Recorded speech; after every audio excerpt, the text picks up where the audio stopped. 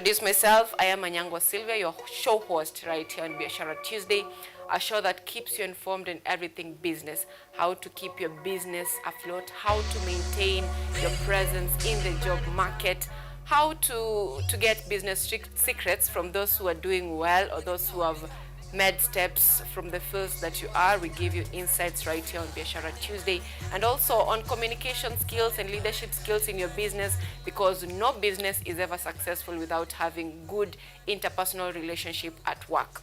And that being said and done, this morning so much is in store for you that I've mentioned, and the biggest thing that we're having this morning is discussing the state of our nation, and that will be on the newspaper review. So on our dailies this morning, we have the Standard, we have Daily Nation, and we also have the Star. And like they say, smart people read the Star. I don't know if you've heard of that. That smart people read the Star on Tuesdays. Star is always free, so you can always get a copy for yourself. It has government tenders and, you know, what the government is offering for you. So if we look at the Daily Nation, it's talking about reckless talk. And this is majorly from Ruto's allies, that is the Kenya Kwanza allies, and it includes Baringo North Member of Parliament Joseph Makilap. We have Kapseret Member of Parliament Oscar Sudi. We have Wajir Women Representative Fatma Jehu. We have Tiati Member of Parliament William Kamket. And all these people are having one similar sentiment, all of them, that there's nothing like one term. If the president is not going to get votes, we are going to get the votes for him. And specifically, Wajir Member of Parliament says, when it comes to the president, we say 2 terms. We are just waiting for the ballot. Even if we don't have enough votes, we will steal for him. That's no secret. That is from Wajir Member of Parliament. Sudi says, those online critics shouting Ruto must go. Whatever they jump, whether they jump, go down, or move sideways, Ruto is not going anywhere. Even if his votes won't be enough, we will add them. Makilap, that is Baringo North Member of Parliament, says Dr. Ruto must stay. Let it not be that when a leader comes from our region, we say he must go. But when from another region, no one pushes such an agenda. That is so punitive, because as a country, we are not a tribal country. It's not about, no one has even mentioned that Ruto is coming from Kalenjin. No one. Because if they say, when they were saying Kufa Dereva, Kufa Makanga, it was both from the Kikuyu community and from the Kalenjin community. So let me be on record that is punitive. And Tiati Member of Parliament says, if they joke around, you know I come from the county of 24 years. Baringo County knows how to manufacture president to survive for 24 years. If they joke, we might even extend past the 2 terms. That is from William Kamket. And the IEBC, under the new management, remember the new commissioners were signed in last week. So the IEBC says that we will ensure free and fair elections. So it's about IEBC saying we want to restore dignity to the Independent Electoral and Boundaries Commission, and also the critics from the opposition. That includes Fred Matiang'i, who says that elections must be peaceful. And still on Fred Matiang'i, Matiang'i says that he is Gen Z's choice. I don't know what's your opinion, because let me not say that. Matiang'i says he is Gen Z's choice, and he knows how to root out corruption. But critics or political analysts may ask that Matiang'i has not been a political has not engaged in politics as a career. He was a CS, yes, but he has not actively been in politics. Others argue that even his constituency have not elected him. So why would he want to be elected by people from across the country? So that is just chakula cha akili asubuhi ya leo. And on the Daily Nation still, we have Lagat resumes office as bid to stop return flops. And yesterday we saw that the junior officers saluted him as he got back to office, and it say that there are no direct charges or direct link with him and the death of Albert Ojwang, despite the fact that he is the main complainant. The High Court ruled against that, or even against barring him from accessing office until investigations are completed. And APOA says that such claims are not true, and investigation is still on. He is not yet out of the loop. Is not yet, the IPOA is not yet done with him. So it's a comsi situation right here. If he should be in office, and if that will jeopardize the current ongoing investigations. Still on the Daily Nation, we have revealed plumbers and teachers pose as health workers in 9 billion shillings UHC scandal. And this is about 3,000 out of 8,571 health staff deployed to COVID-19 frontliners in 2020 were not medics. So in Kenya, they say that as long as you know someone who knows someone who has the ability to hire, you can do anything. So apparently 3,000 ghost workers have been paid since 2020, approximately 50,000 Kenyan shillings monthly for the last 5 years.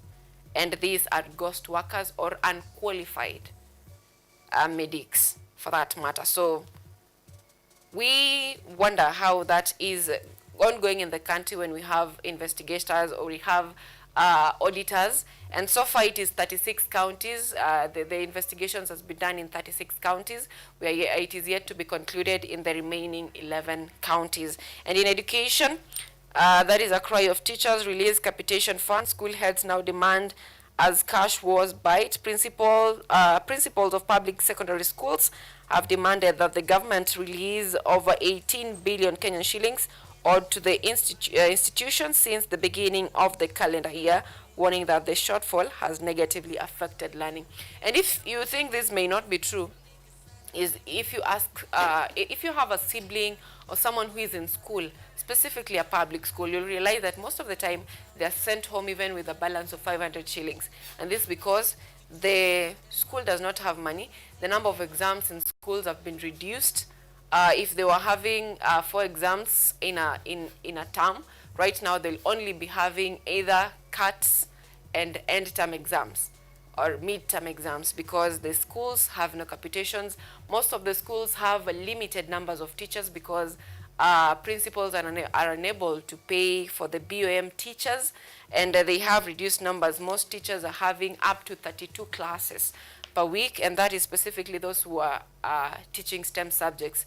They're having extra classes because you'll find a teacher teaching from Form 1 to Form 4. A subject like mathematics is having 7 lessons a week. So if someone is teaching Form 1, Form 2, and Form 3, that is 7 by 3, that is 21 classes. Each teacher teaches 2 subjects. So if already from mathematics, that teacher is having 21 classes, that means that teacher is really overworked. And it's because the schools cannot hire any more teachers, any more BOM teachers. And in football, Chelsea's Iceman Palmer puts the chill on PSG in Club World Cup final.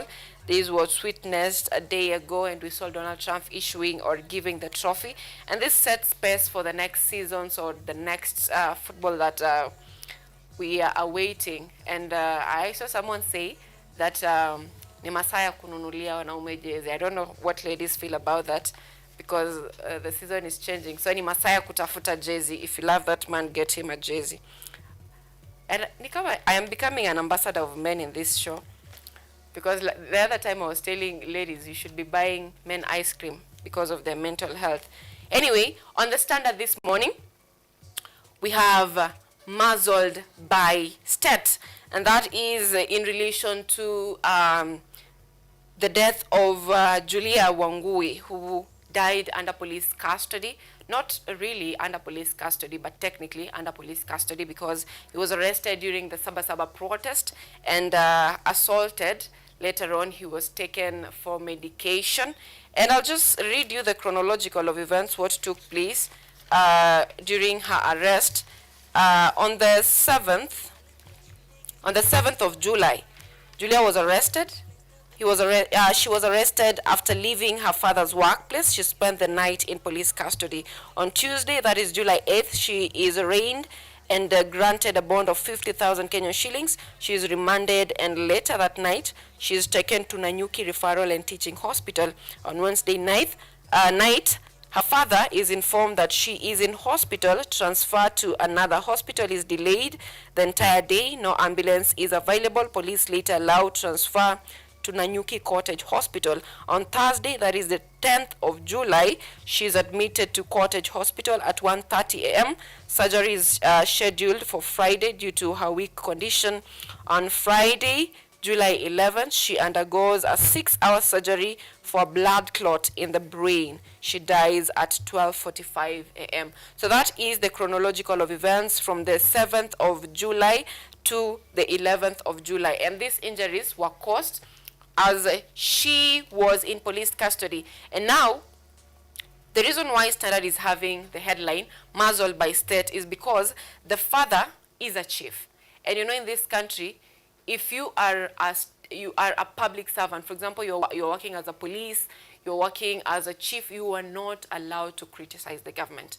So the father is torn between, should I support the government, should I wear this badge, or should I abandon it and go on and demand justice? Like, you know, we witnessed protests yesterday.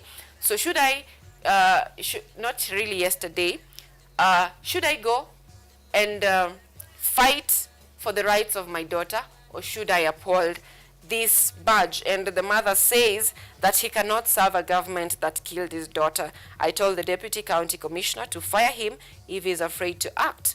30,000 Kenyan shilling salary a month is not worth my grandchild's blood. I have told him you can't wear a badge with pride when that badge is silent about your child's death. So that is the tragedy that we face as a country when it comes to police brutality, which is yet to be addressed. And still on the same on police brutality, the Star this morning is having a headline which says that a president's tough job of quelling Gen Z crisis. And this is why the president is having a tough time quelling the Gen Z protest.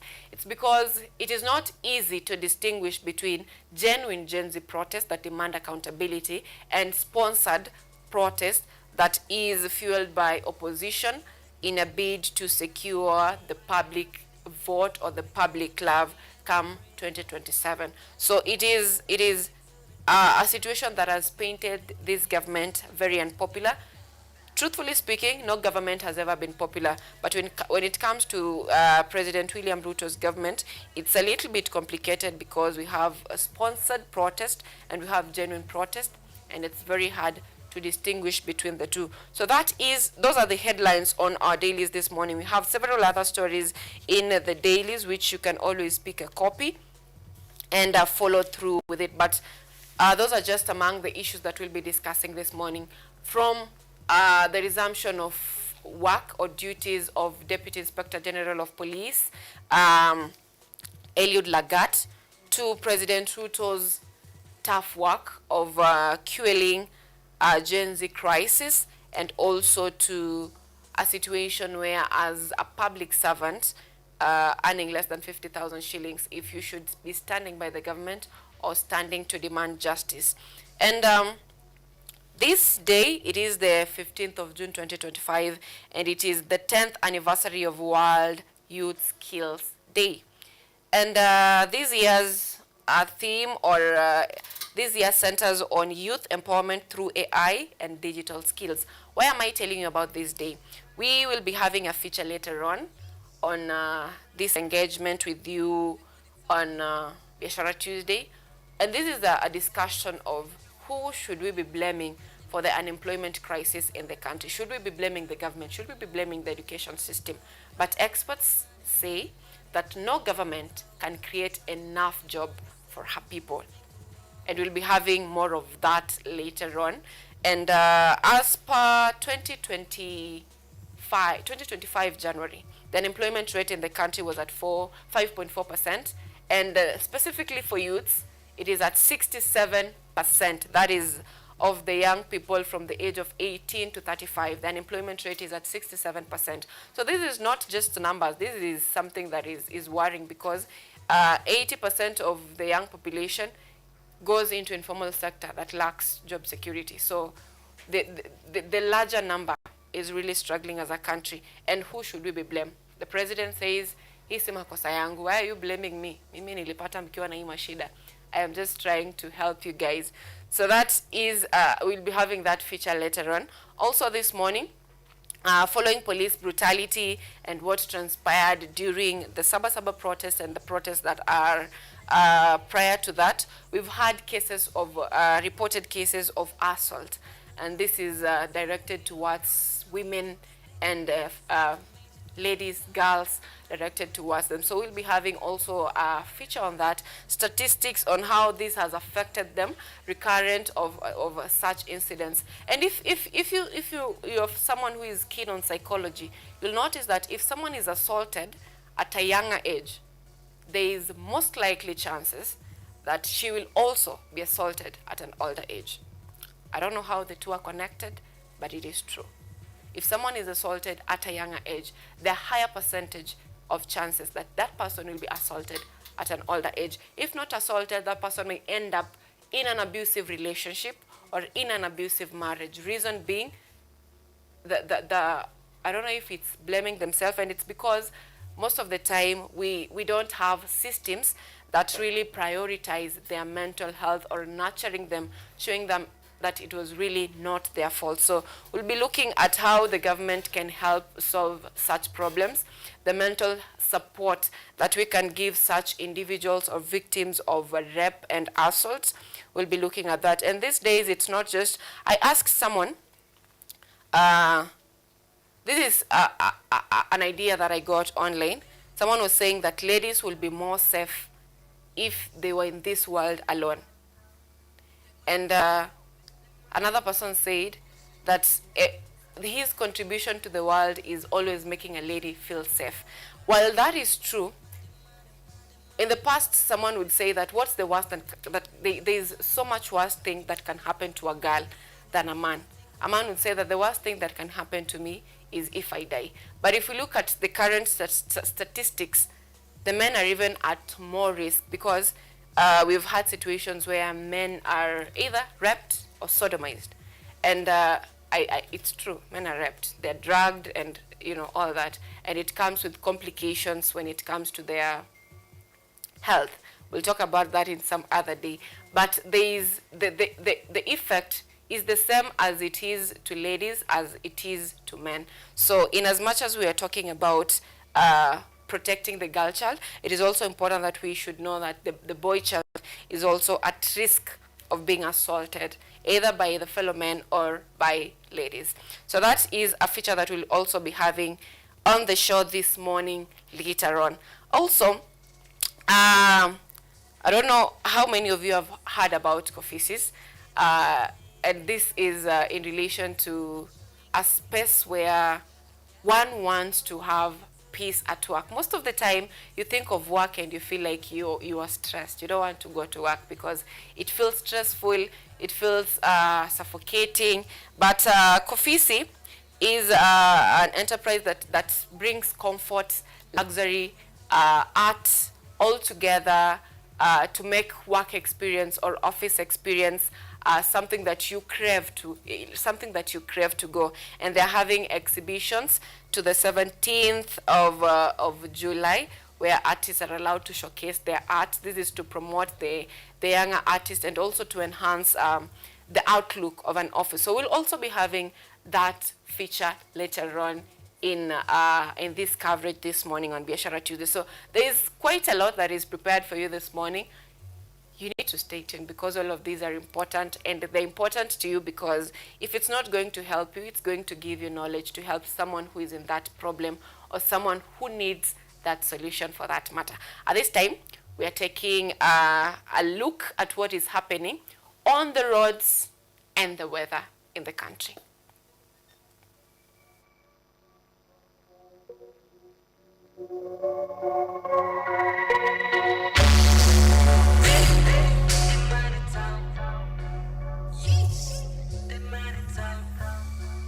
All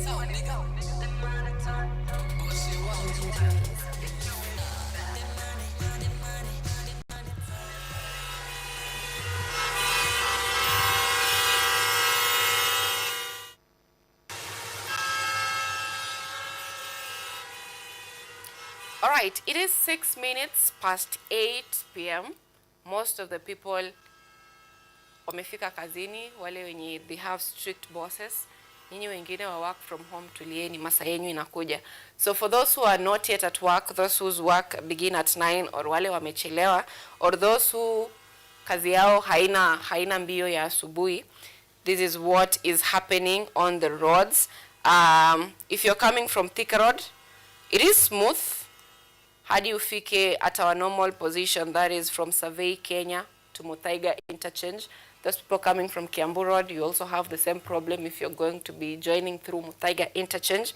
So there is quite snarl-ups right there, and also if you're entering town, that is around the Globe roundabout. If you're using that roundabout, you'll also be staying on the road for some time. Those people joining from Mombasa Road today, it's only on the tributaries joining to Mombasa Road. I like using tributaries because I'm a lover of geography.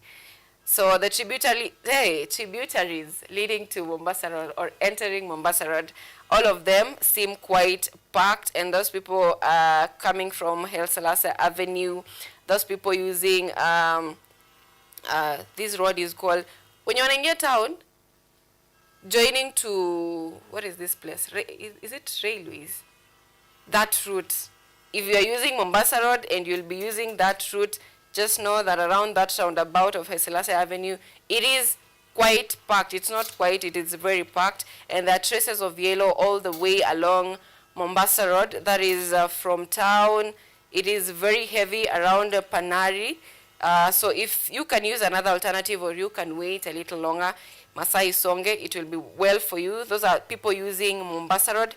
Those using Outer Ring Road, Watua Pipeline, Tasia, Feather, your road is, it's moving, but there are little bits, traces of red along Jogoo Road or Outer Ring Road. Those using the bypass wanaotoka Embakasi to join Mombasa Road through Southfield, that route there.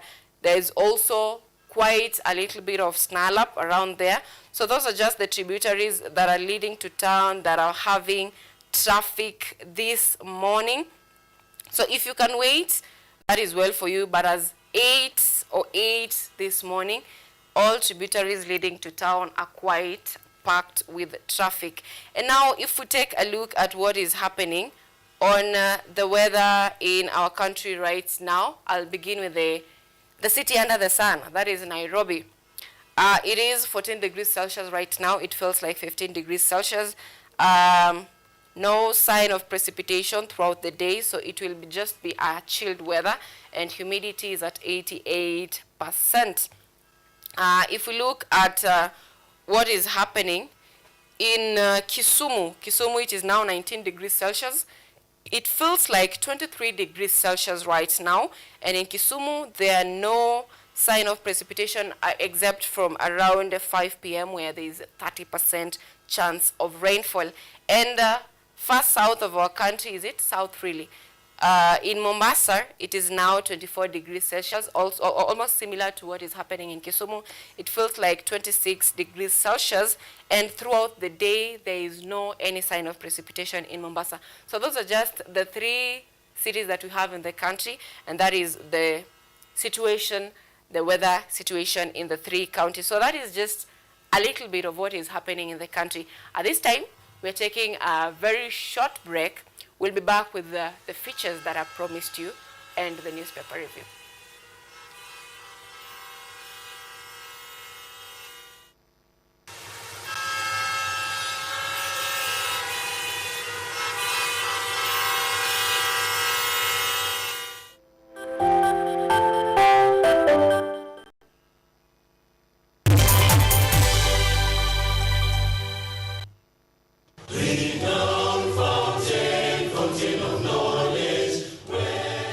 For over half a century, these hallowed grounds have nurtured minds, ignited passions, and shaped leaders. Here, where inquiry knows no bounds, another chapter closes. At Kenyatta University, we celebrate more than just degrees. We celebrate futures unfolding, grounded in ethics-guided research and technology. Our graduates step forward equipped with knowledge, driven by purpose, and ready to make their mark on the world. From pioneering technologies to leading ethics-guided research, our alumni are shaping our tomorrow. KU's legacy isn't just in the past, it is in the enduring pursuit of knowledge, the unwavering commitment to service, the courage to ask the difficult questions. The KU class of 2025, prepared to lead, empowered by education for ethics-guided research and technology, the world awaits their brilliance. Kenyatta University will hold the 57th graduation ceremony on the 18th July 2025 from 8 a.m. at KU Main Campus Graduation Square. The ceremony will also be streamed live on KUTV, KU Radio, YouTube, KU website, all KU social media platforms. For more information, please contact the Office of the Registrar Academic on 020-870-3092 or 0786-335-111 or visit the KU website on www.ku.ac.ke. Hashtag KU 57th Graduation. Kenyatta University, transforming higher education, enhancing lives. Kenyatta, our nation's pride, University of our time.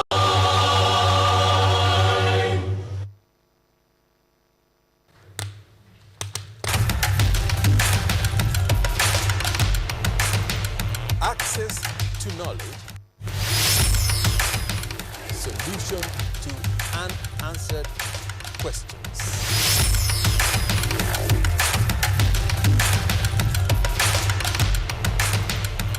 Guidelines to pursuing your rights and repossessing your property, intellectual or material.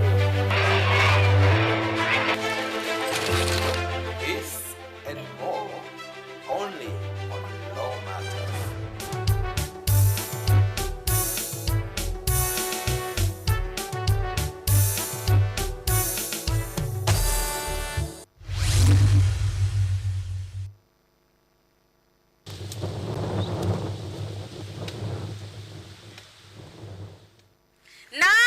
Ungana nami Malkia wa Taarab katika mitindo ya kipwani hapa KUTV. Yaani tunapozungumzia mitindo ya kipwani basi unaona napigwa na mawimbi makali sana ya baharini kutoka katika ufuo wa hoteli moja inayofahamika kama North Coast Beach Hotel, ambao ndio wadhamini wa kipindi hiki cha mitindo ya kipwani. Penzi mtazamaji, kwenye mitindo ya kipwani hutakosa kupata mapishi ya vyakula vya kipwani. Yaani hapa tunazungumzia vyakula vilivyokolezwa na kukorombezwa. Iliki, karafuu, abdalasini, samaki wa baharini, vyakula vilivyopikwa na kusukwa kwa kutumia nazi. Bila kusahau mazungumzo ya moja kwa moja, mazungumzo ya kusisimua na wataalam tofauti, waandishi wa vitabu waliobobea, watunzi wa kuhani mashairi. Bila kusahau mpenzi mtazamaji, taratibu zetu za taarabu na chakacha. Yaani pale ni pale ambapo viuno vya wanawake vinazungushwa kisawasawa kama panga boy za trekta ndani ya KUTV mitindo ya kipwani. Ukiwa nami na hodha wako Waridi Tamu. Usiyakose matamu jamani.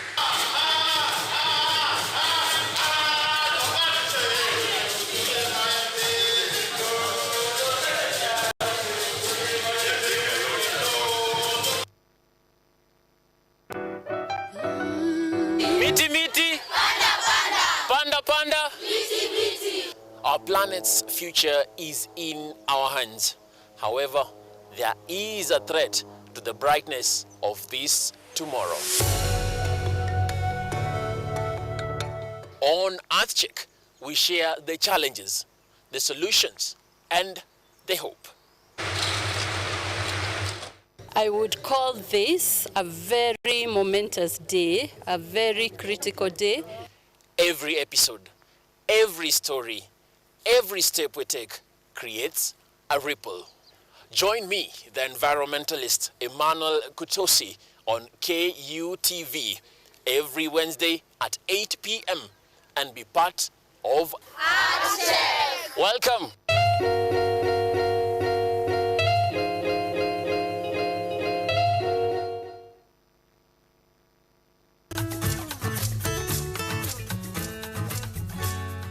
Hi, my name is Stella Tioi. Jina langu naitwa Okemwa Mukwa James. This is Mandela Gaya. Ugonjwa ulipokuja ulichukua siku 3 ukaniweka in coma. 20 wamezikwa, 2 ndio wako hai.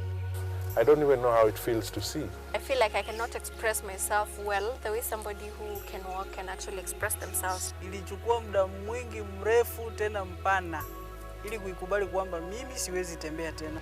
I've come to actually accept myself.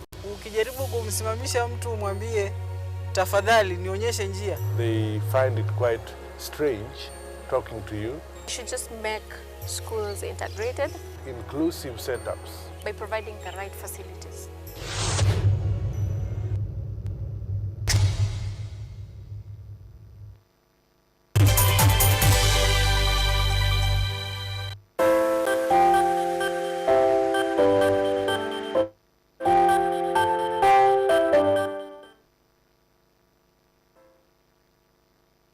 On paper, rape is a crime, but in the real world, it's a wound buried beneath silence, shame, and a society that chooses not to listen. In Kenya, thousands of survivors of sexual violence carry scars no one sees. They find the courage to report, only to be met with silence, blame, and a broken system. This is the story of those dismissed and the silent struggles they live with every day. Rape is not just a crime, it's a life-healing trauma. But in Kenya, even after survivors come forward, justice is very rare. Most are dismissed before their voices are even heard. It was just last month while the nation protested for justice, freedom, and truth. Some were fighting a different battle.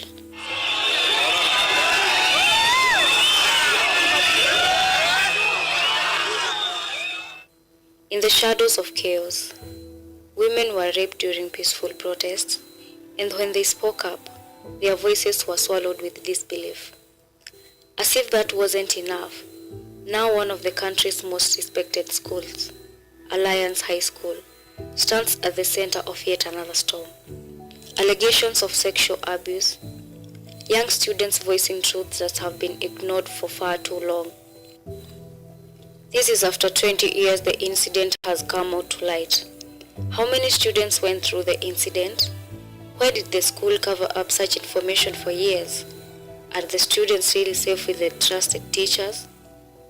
On the other hand, statistics show that 33% of female survivors report their experience through formal or informal channels, while 67% never disclose their assault to any authority or support system. And the ones who seek help within 72 hours is 25 to 30%. Most women prefer to remain silent, not because their pain is any less real, but because the consequences of speaking are often heavier than the burden of silence. From our streets, to our schools, to our homes, where are we really safe? Whether women or men, children or adults, rich or poor, survivors are often doubted, blamed, and silenced. This is how we silence pain. This is how we protect penetrators, and this is also how the rape incidents rise. If family turns a blind eye, the police dismiss the pain, and the system stays silent, then who do survivors turn to? When every door meant to offer help ends in more hurt, where does justice begin? It's not about speaking louder. It's about being heard.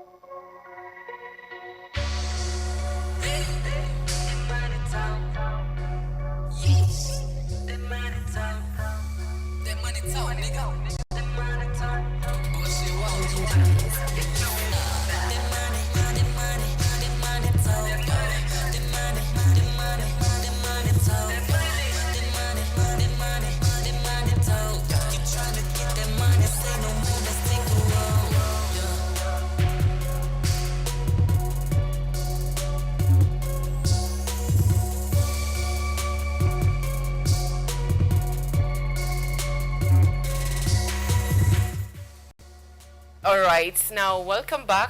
What you just saw on your screen was the amplification of the voices of the women or ladies who undergo assault, especially during protest. And most of the time we realize that they are not able to speak because of fear, or the fear of stigmatization from the public, or the fear that they might not be believed, or the fear that nothing is going to be done wherever they report. And as you have seen from the future, it is the responsibility of each and every one of us collectively as a community to ensure that these groups or such victims are not, the fingers are not pointed to them, because it is something that probably they did not call for themselves. So it is high time for us as a community to embrace quality talks with them to avoid occurrence of such incidences. And also, not just quality talks with them, also talking to the people who possibly can lead to that happening. So it is our collective responsibility as a society, not leaving it to the police, who sometimes end up not taking action against that. Now, at this point, I also promised you that we are going to be having also an interview or a short feature of Kofisi, and this is a co-working.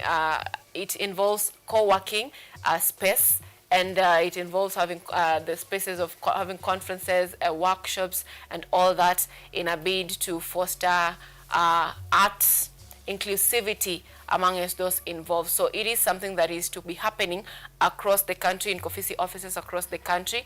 And right now, there is a showcase of art that is ongoing till the 17th of July 2025. At this point, we are taking a look at that interview.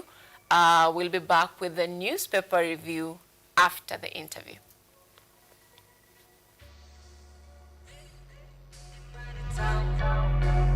Yes, the money talk. The money talk.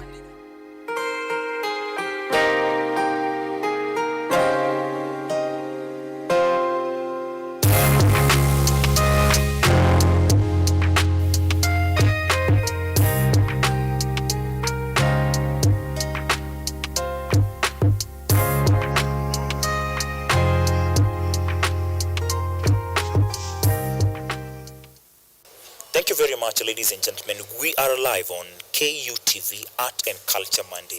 It's a show that comes every Monday from 7 a.m. to 10 a.m. We are glad to host you. Maybe first of all, you could introduce yourself to the audience of Kenyatta University Television.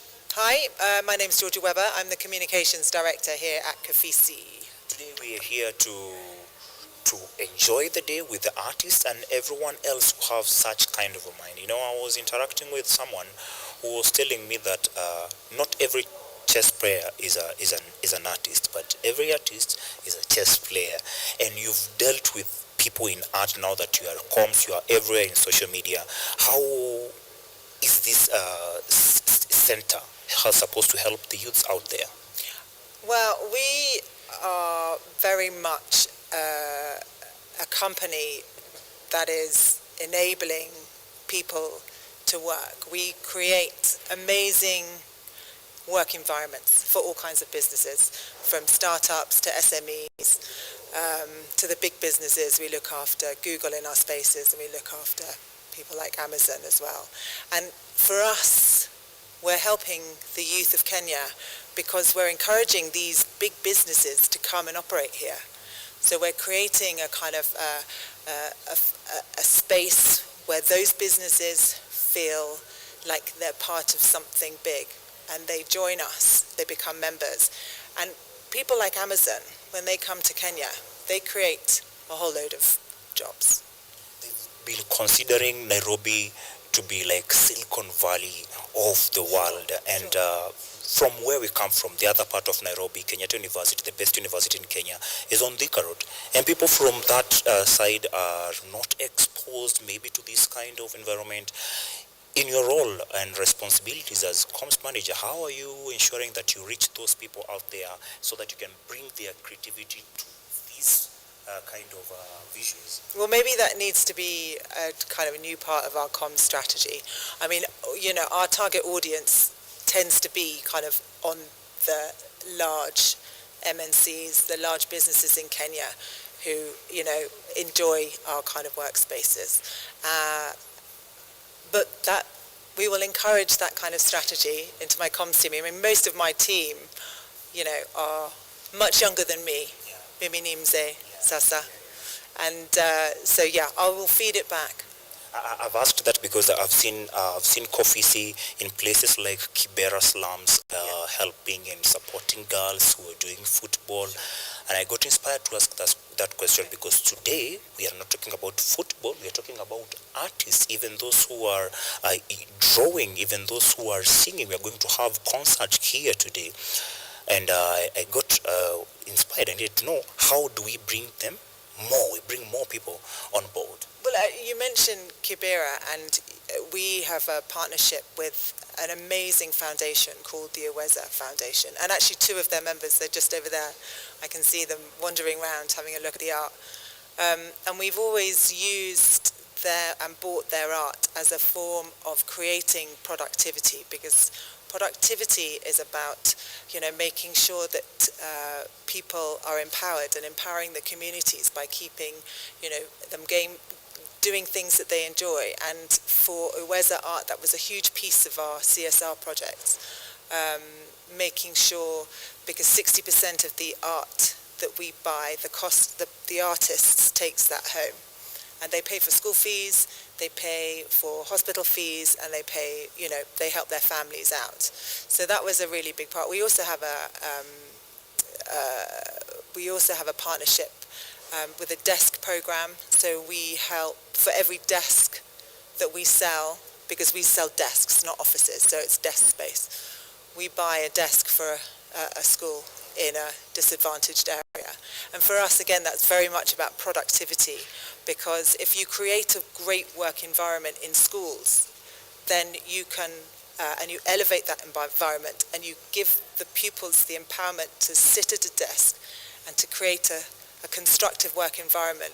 You know, you're giving them a sense of self-worth, and the place becomes just a very much more empowering place to learn. So that kind of CSR also creates more room for sustainability as more people strive to do more to change their communities from where they come from. Is it by design that Kofisi Center, we have wellness center down below, and on the 7th floor, we have this particular center? Well, this is very much an ecosystem. So in this side of the center, we're going to have wellness, we're going to have restaurants, we're going to have member lounges, we're going to have club rooms, as well as offices. We're going to have a screening room. It's really going to be a place where you can kind of come and spend the day. I mean, everybody knows that Nairobi traffic can be really challenging at times. And, if your gym is 20 minutes away, you're not going to go to the gym. It just doesn't work with your kind of work-life balance. So if we can bring all those things inside the center and to make your work a place where you really want to come and be and really enjoy and, want to bring your friends and your clients and whatever, then that's very important to us, and I think it's very constructive, and it's a new way of working. We're really redesigning the workplaces here in Kenya and across Africa as well. I like your energy and I like your charisma. So as we are nearing to end this segment or interview, I would love to know you as a person or as in your own personality, where are you seeing yourself maybe 3 years from now in terms of communications and your plans, goals and mission for Kofisi Africa? That is a really good question. For myself, well, my family lives here. Mimi ni Mkenya sasa. Yeah. Yeah, maybe. No, I'm not in the country, sadly. But we, really hope to expand across the continent. We've got 6 centers here in Nairobi. We've got one in Dar es Salaam. We've got one in Lagos. We've got one in Casablanca. We're opening up in Kigali. We're opening up in Cairo. So that's our plan for Kofisi, is to just create a network, a Pan-African network that allows everybody to understand the opportunity that exists on the continent and to really have an impact. Because, by 2030, it's said that 1/3 of the global workforce will be African. And we need to kind of create the spaces and the work environments to allow people to come here, to make sure that there's, enough jobs for... The world is aligning along SDGs, and you're here doing the same for Africa. We are proud, and I'm humbled to have interviewed you today, and thank you so much. Likewise. Thank you so much. Asante sana. Let's continue enjoying these art from Kofisi Africa.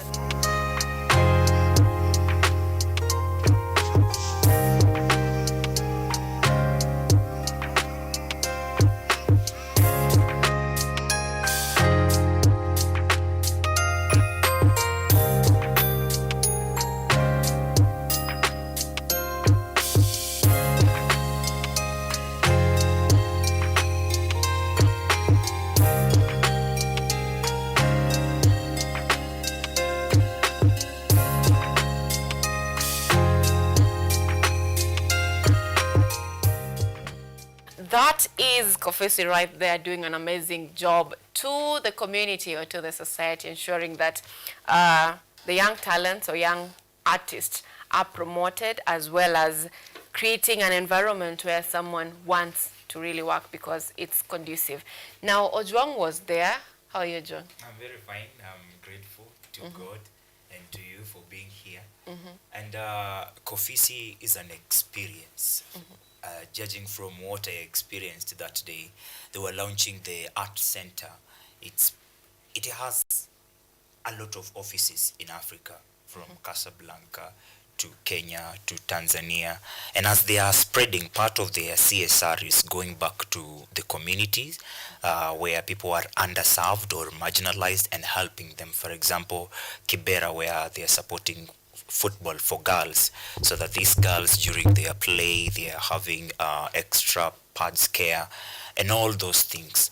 Now Kofisi is giving a platform to artists to showcase on their wall and sell. The kind of art you saw there is worth millions. We were debating with other artists about the worth of an artist. Nini nafanyaga mimi nikae chini after nimechora niseme hii art is worth 3.5 million, as some of those that we witnessed on that day. And reflecting on it and looking at it from a perspective of person who is solution based and looking always to have sustainability and scalability, I see it as a platform for the people of ghetto, the youth of ghetto, to now their art being valued. Juu ikiekelewa hapo hivyo kwa wall ya Kofisi, manze there is no debating about mambo ya prices. There are no such conversations in a Kofisi space, and is an inspiration for people like us who are coming from the world of inidhao, and then you start awezi chukua punch to having to spend millions on art, and it's so therapeutic also for people who are working in that space. Imegawanyishwa kutoka first floor hadi 10th floor. Kila floor imejaza vitu tofauti. Kuna floor ya wellness, it's all about gymnasium. If you are working in that space, unatoka hapo hivyo una relax, nasikia kuna place hadi ya kulala, una have a nap. If you're not doing that, then kuna place ya kuwatch a movie, una watch an hour or two, and then unatoka unaendelea na kazi. The view of Kofisi from the balconies is just like being in your kanyumba kako pale juu. Yeah, you're having the same feel, the same breeze, and it's a very good place to work in. So artists wetu wanasaidika zaidi kukuwa bado wao wako hapo hivyo, not physically though, juu unaenda unaekelea art yako hapo hivyo, unarudi kwa community, unaendeleza workshop yako, unapigiwa simu, unapata ikishanunuliwa inaekagwa kadot ka orange. So walianza zikiwa zote white. By the time tunatoka hapo hivyo, mabombe washanunua zote kwanza hizo za mamilioni. Time yenye bado sisi tuna debate about the value of art, and people are inspired, people are getting inspired. We have one of us who graduated from Biashara Tuesday to Kofisi Africa, and nikiona vitu kama hizo najua your future is bright. You've graduated from newsroom to hapa hivi, umeshindwa mpaka na Blue Smile kwa nini Kusa Awards, but you've gone ahead to be resilient enough to be an emerging. Yeah, because it's the truth, to be an emerging media personality under the Equal 5th edition, which was very great. Congratulations, Tena. Thank you so much. Now, how do artists get to be part of it? Part of Kofisi? Yeah. There are a lot of ways we can be part of Kofisi, because I've said every floor accommodates people differently. So if you are working from media, people can have studios there, do their podcasts and all that. As the young people, Gen Zs, sometimes you don't have facilities. But if we are able then to rent a space there, we don't need anything. You just need your brain, your notebooks, and everything else you need as material. And then ukifika hapo hivyo, everything else is sorted, including the cameras, the sound gear, the set itself. You'll note that we are doing their background. We are interviewing them in their own background. So ni place iko set for everyone. Kama ni watu wa biashara and the corporate world, corporate section, bado ziko set vile vile. Artists ni wao walikuwa wamekaa kama wamewachwa nyuma sana. But you see, amidst a place mahali watu wanaimbia, watu bado wanafanya business transactions za kununua art. I made to understand that you have to get in contact with the art curator of Kofisi for...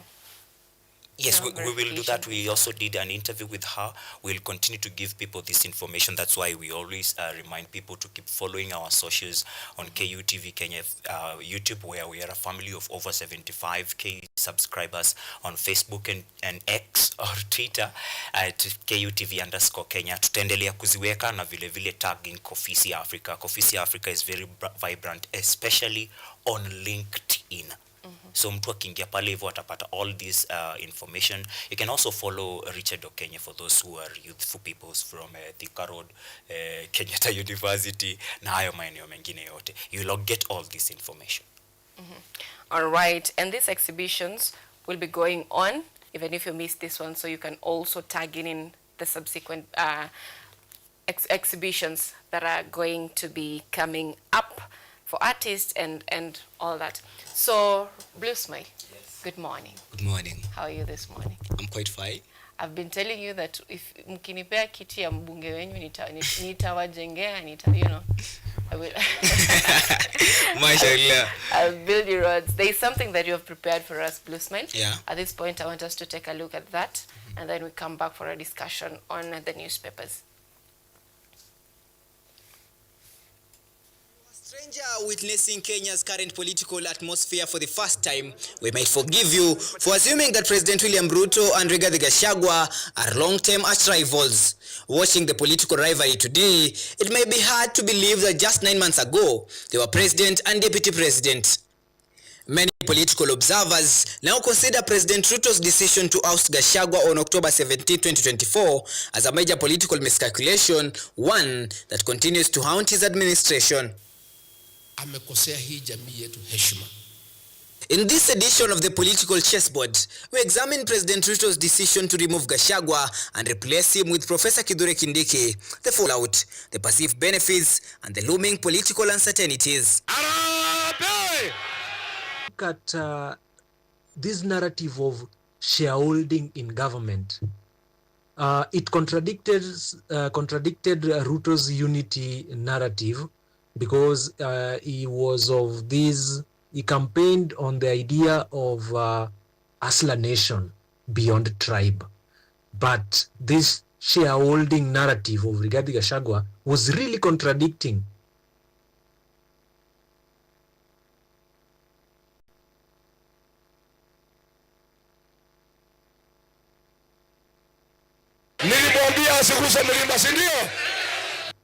Thomas Hobbes in his Leviathan, that is the Republic, he says that, and he asserts that trickery is noble when it secures the state. In this sense, President Ruto viewed Gachagua as somebody who was tribal, anti-unity, and removing him from his position might save his unity agenda, might save his regime. But now, things seem to have taken a U-turn, and it appears that the president might have thrown the baby with the bathwater. Many analysts argue that ousting Gachagua was a political blunder, suggesting that Ruto should have tolerated him, just as former President Uhuru Kenyatta tolerated Ruto during their turbulent final years. Na baada ya Moi kulikuwa na Kibaki, na baada ya Kibaki kulikuwa na Uhuru. Hii kisirani ni ya nini? In his post-ouster political maneuvering, Gachagua has become a sharp thorn in the side of Ruto's administration, relentlessly attacking the government in what appears to be bitterness over his impeachment. It's repeating itself. And the architect William Ruto is back on the deck. He is hell-bent to finish his unfinished business with the people of Mount Kenya. Ironically, Ruto's political card of dismissing Gachagua now seems to be benefiting Gachagua more than it is to the president. Gachagua has since aligned with key political figures such as Kalonzo Musyoka and Fred Matiang'i in the growing one-term movement. A powerful political wave giving Ruto's government sleepless nights as it seeks a second term. President Ruto never foresaw that Rigathi could cause him all this trouble. I think he overlooked the fact that Rigathi Gachagua was a populist. He was a crowd puller. President Ruto's strategy was to remove Gachagua and replace him with Professor Kithure Kindiki, a professor of law and a long-time Ruto loyalist, known for defending him during his ICC trial in The Hague. At the time of Gachagua's removal, Kindiki was serving as Interior Cabinet Secretary. For many, Kindiki was seen as a perfect replacement, shedding Gachagua's tribal-oriented politics and bringing a national outlook. Kindiki has become a fierce political defender of President Ruto and has become actively championing empowerment programs across the country. Hiyo ndio tunasema 10 bila barabara hazitoshi, umeme hautoshi. Watu wote hawajaingia kwa SHA wapate bima, ndio tunasema 2 term. He is trying to be a grassroots mobilizer. When you look at his governing style, he has been dubbed Mr. Fix-It. He has been able to fix some things, like you see, he has revived the passport issuance system. Going back to the Ruto-Gachagua saga, can President Ruto contain Gachagua and the one-term movement? Ruto outdo Gachagua? Yes, he can. President Ruto has the state. But you see, Gachagua Gachagua has and controls the narrative of betrayal and has tribal emotional capital. And you see, Ruto controls the state machinery, state apparatus. So he can use that to outsmart Gachagua. And now to the burning question of the 2027 politics. Who will be Ruto's running mate? Will Kindiki remain the deputy president, or will Ruto choose someone else? The running mate for President Ruto in 2027 is likely. It might happen or it might not. It remains to be seen. But it can be Ruto's running mate because he is very loyal, and President Ruto needs somebody who is very loyal. He is very loyal. He is outspoken. He is now tending to be strategic. Kabla mujasema Ruto must go, pangeni sera ya wananchi. As the political strategies between these two political camps continue to unfold, the answer to whether Ruto's or Gashagua's political cards will bear fruits remains to be unseen. Possibly not until 2027. Blue Ismail Hassan, the political chessboard. All right, now that is the political chessboard, mashallah. You're saying that in the political chessboard, that this government shouldn't say that exactly, but the implication, I don't know if I got that maybe wrong. The political analysts. All right, now the government rewards political loyalists. Is that true? I think that's the politics of Kenya, and just look at the opposition camp. They'll probably, in the event that they get power, they'll actually reward their loyalists. Right now, you can hear the conversation is all about betrayers. You hear about the betrayers of the mountain, and maybe they maybe liken them to the home guards during the colonial time. So it is the Kenyan political discourse of, the politics of loyalty. Yeah, it's something normal. It's not just in Kenya. Yeah. I'm seeing a caricature here where the Kenya Kwanza government pulling tribal card on protest. Ojuang, we are talking about a government that is rewarding loyalists, and when you're not loyal, the government finds a way of finding fault in what you're doing. What do you make of this? EACC, Ethics and Anti-Corruption Commission, iliundwa ndo ikuwa inatuangalilia katiba, ikuwa inapunguza corruption, but siku hizi inatumika kama a dog. If you dare oppose the government, it barks. If you praise the government, if you are we unaimba KBB, you have to be rewarded. Even if you are not in government, then the tenders will go to you. Government tenders will go to you. And our country has changed. We are supposed to be a democracy. Democracy means you have your way, but we, the minority, still have our say in the same country.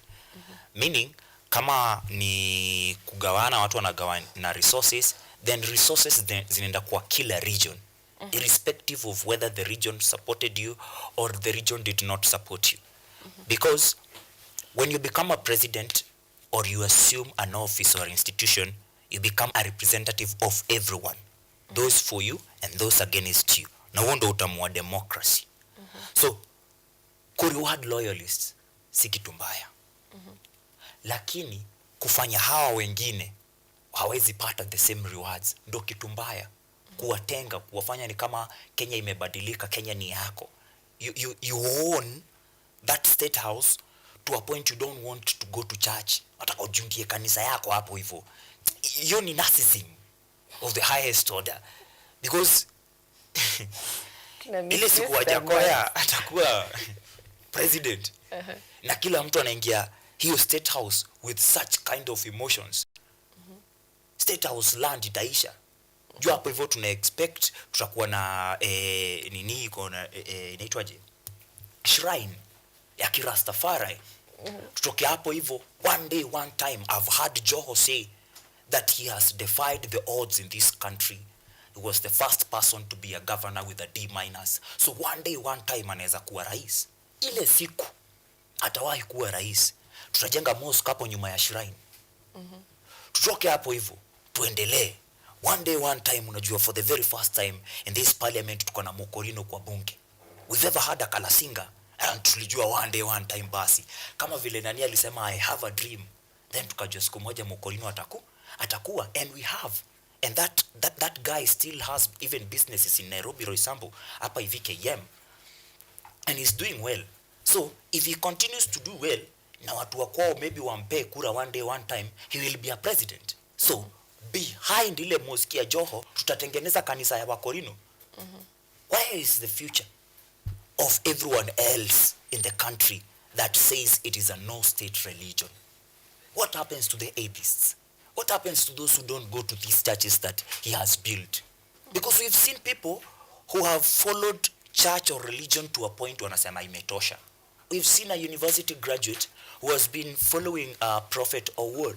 Alikuwa mstari wa mbele kumuita mighty and the highest, and then bado anaachana na hiyo story yote, na tunamwona on Lynn Gogi show akisema kuhusu the ills zenye ziko pale ndani.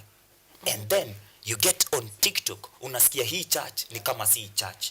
Tunaanza kudebate, hey, kwani nani hao wamedesign hii church? Tunasikia huko chini ni banka, na hii banka iko na tunnel inatokea mpaka Uhuru Highway.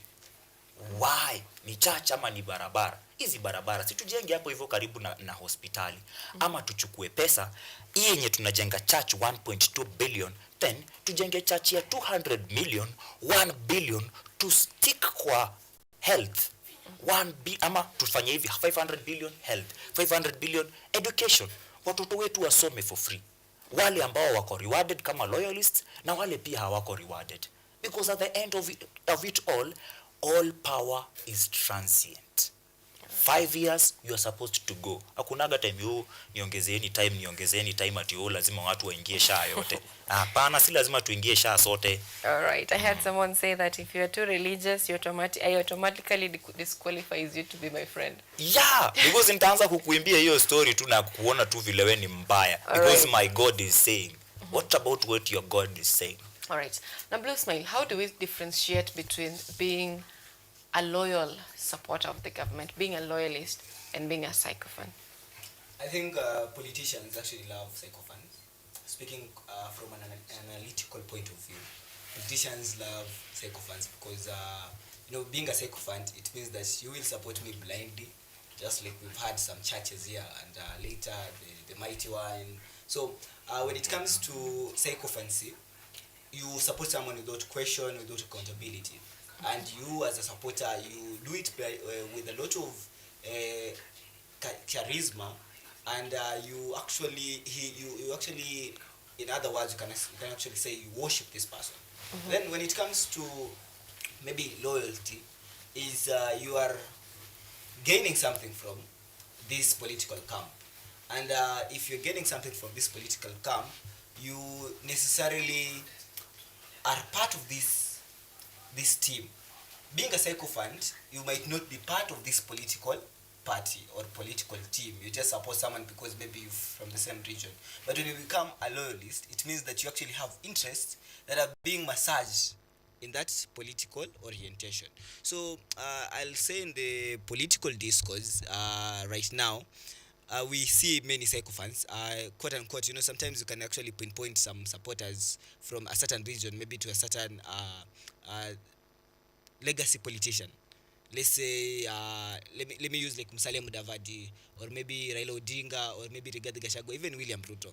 So when you pinpoint that, you call them sycophants, maybe it might sound offensive to them, but in reality, what they do is praise and worship, which is sycophancy. But again, when it comes to supporters now, and the supporters, maybe they are loyalists, they might be actually very few loyalists, because there are people who are actually at the table. Those are the loyalists, because why am I saying this? Because when it comes to rewarding loyalists, it's not about rewarding sycophancy. It is rewarding loyalists. And when you hear about rewarding loyalists, these are the same people who are getting the appointments, maybe in boards, as directors, maybe as CS, maybe even they get the tenders, as Sojuang was saying. So I think there is clearly a wide line between sycophants and loyalists. Most of us, maybe I could say that we are sycophants. Maybe we'll say that, okay, maybe we are supporting the government not blindly, but we are in the same bracket as other sycophants, whether they are supporting blindly or they are supporting it maybe with a clear vision, but because we're actually not getting anything. But the people who are actually getting a lot of these goodies maybe are the few people on the table who are actually, if I may say, loyalists. And as I finish, I'll actually say that you see, maybe this time that the supporters of Kenya Kwanza government, maybe they may be called President Worship, Kenya Kwanza, but looking back at the political history of Kenya, even during the Moi era, we had a lot of issues that only the people in the KANU, they were the loyalists, the KANU members, those delegates of KANU, whoever was in KANU as a party leader or member, an official, was the one who was actually enjoying this cake. And when it came to the NAC government with Kibaki and the other people, there was not a lot of, there were not a lot of politics, because we came and the constitution trials in 2005 where the cabinet was reshuffled and everyone went home. But after 2007 there, so we saw people aligning themselves to President Kibaki, because at that time it was clear that Kibaki was not coming for a second term.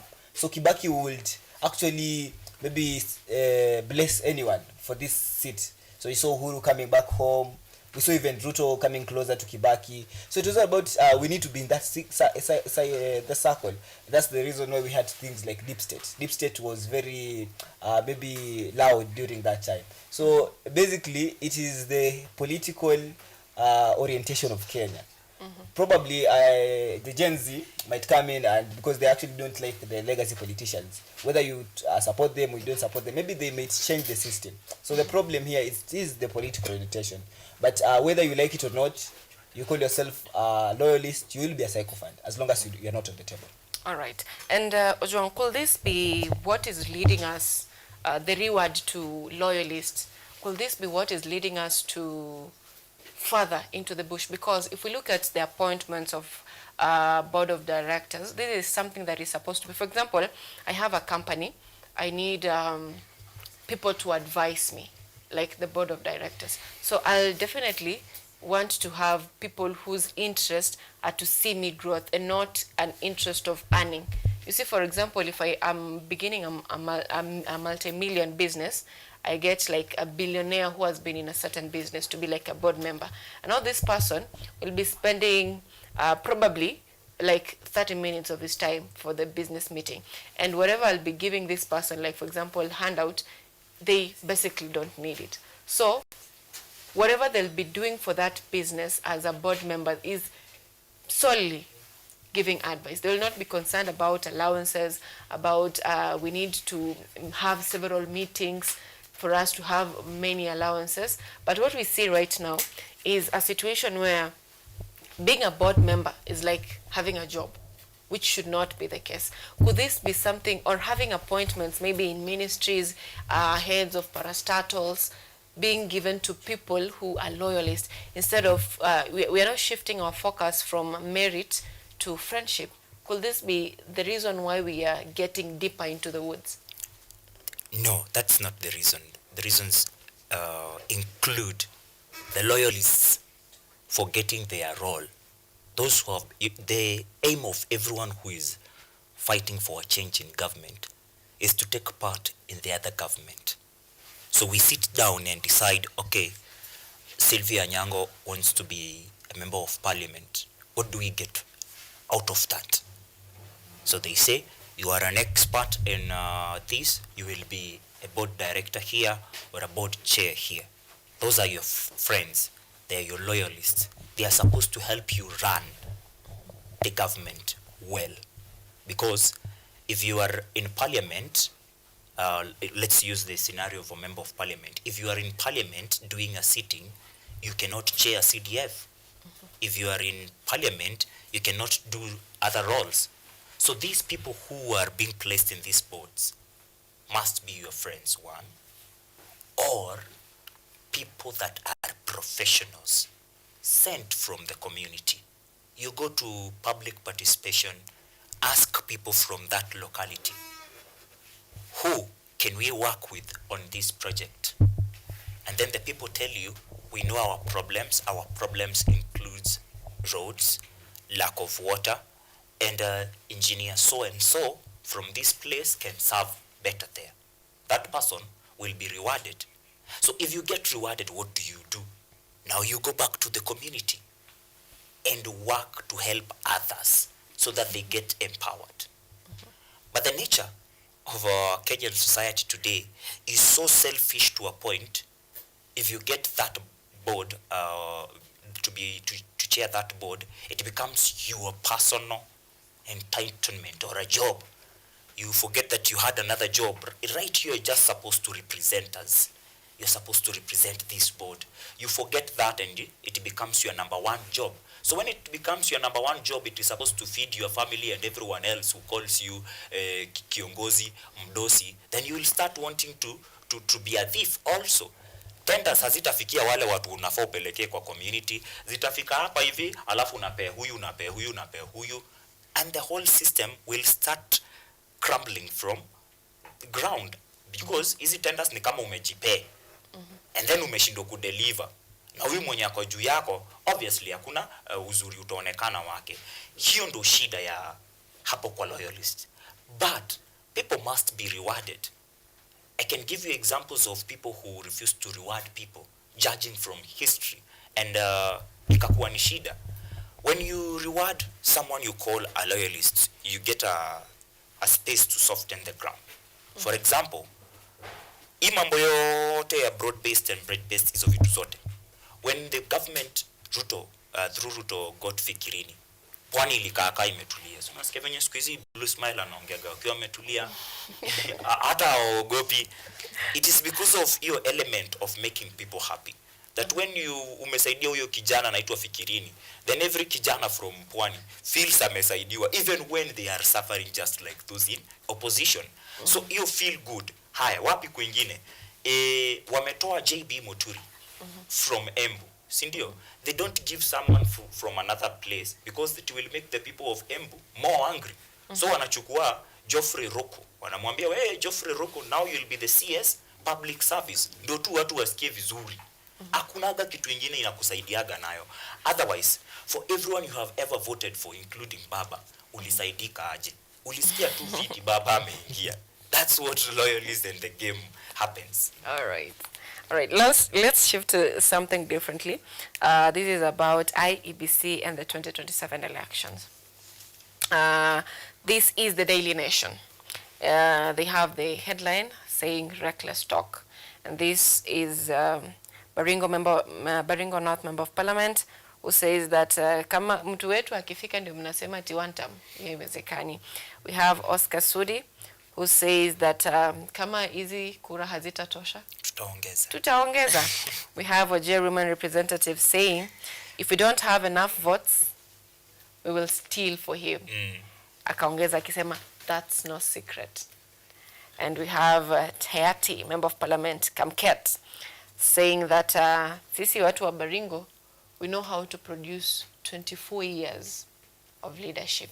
So this is not something new to us. Na tukikasirika sana, hata itakuwa two term, it will be more.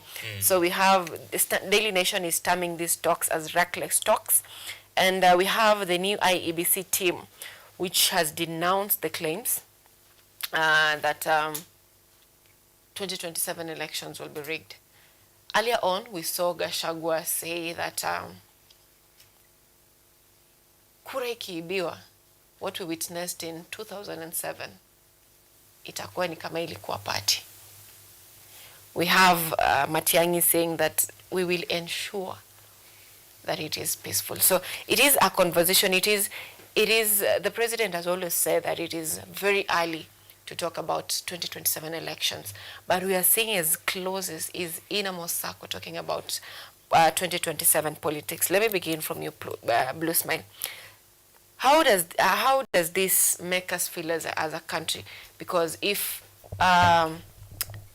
you want to vote, and then a regime that is in government says that, tutaiba, that sounds true. And could this lead to voters' apathy? First of all, let me say the talk is reckless as it has been written on the papers. And even whoever is supporting the government, I think we'll have a problem supporting this talk right now, because how do you go defend someone who says that we will steal an election and that's not a secret? In fact, it will actually maybe smear your credibility as maybe a political enthusiast to people, because politics is supposed to be a free and fair game, that whether you lose, you accept that you've lost. If you win, we celebrate, and the other party should concede defeat. And that's not but I think they are trying to send a message to their supporters that, you see, do not worry. Everything is under control. Even this noise of one term, you do not worry. I think, to actually people do not like associating themselves with the losing side.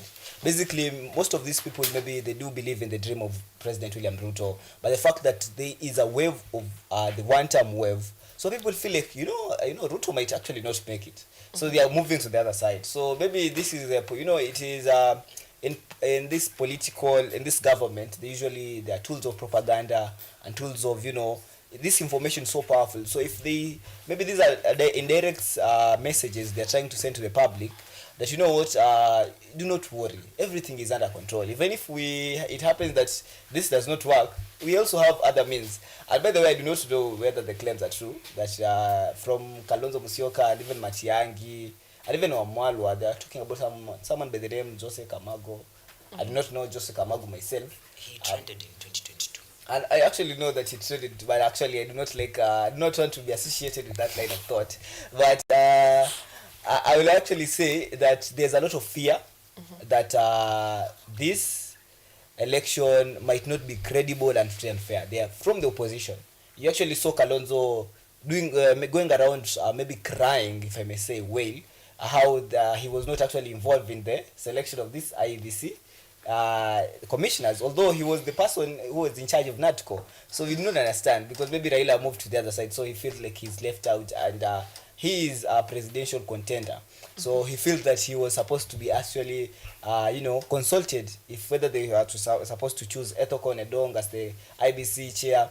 But in all this saga, it tells us that there is a lot of people do not have confidence, or rather the opposition does not have confidence with the IBC.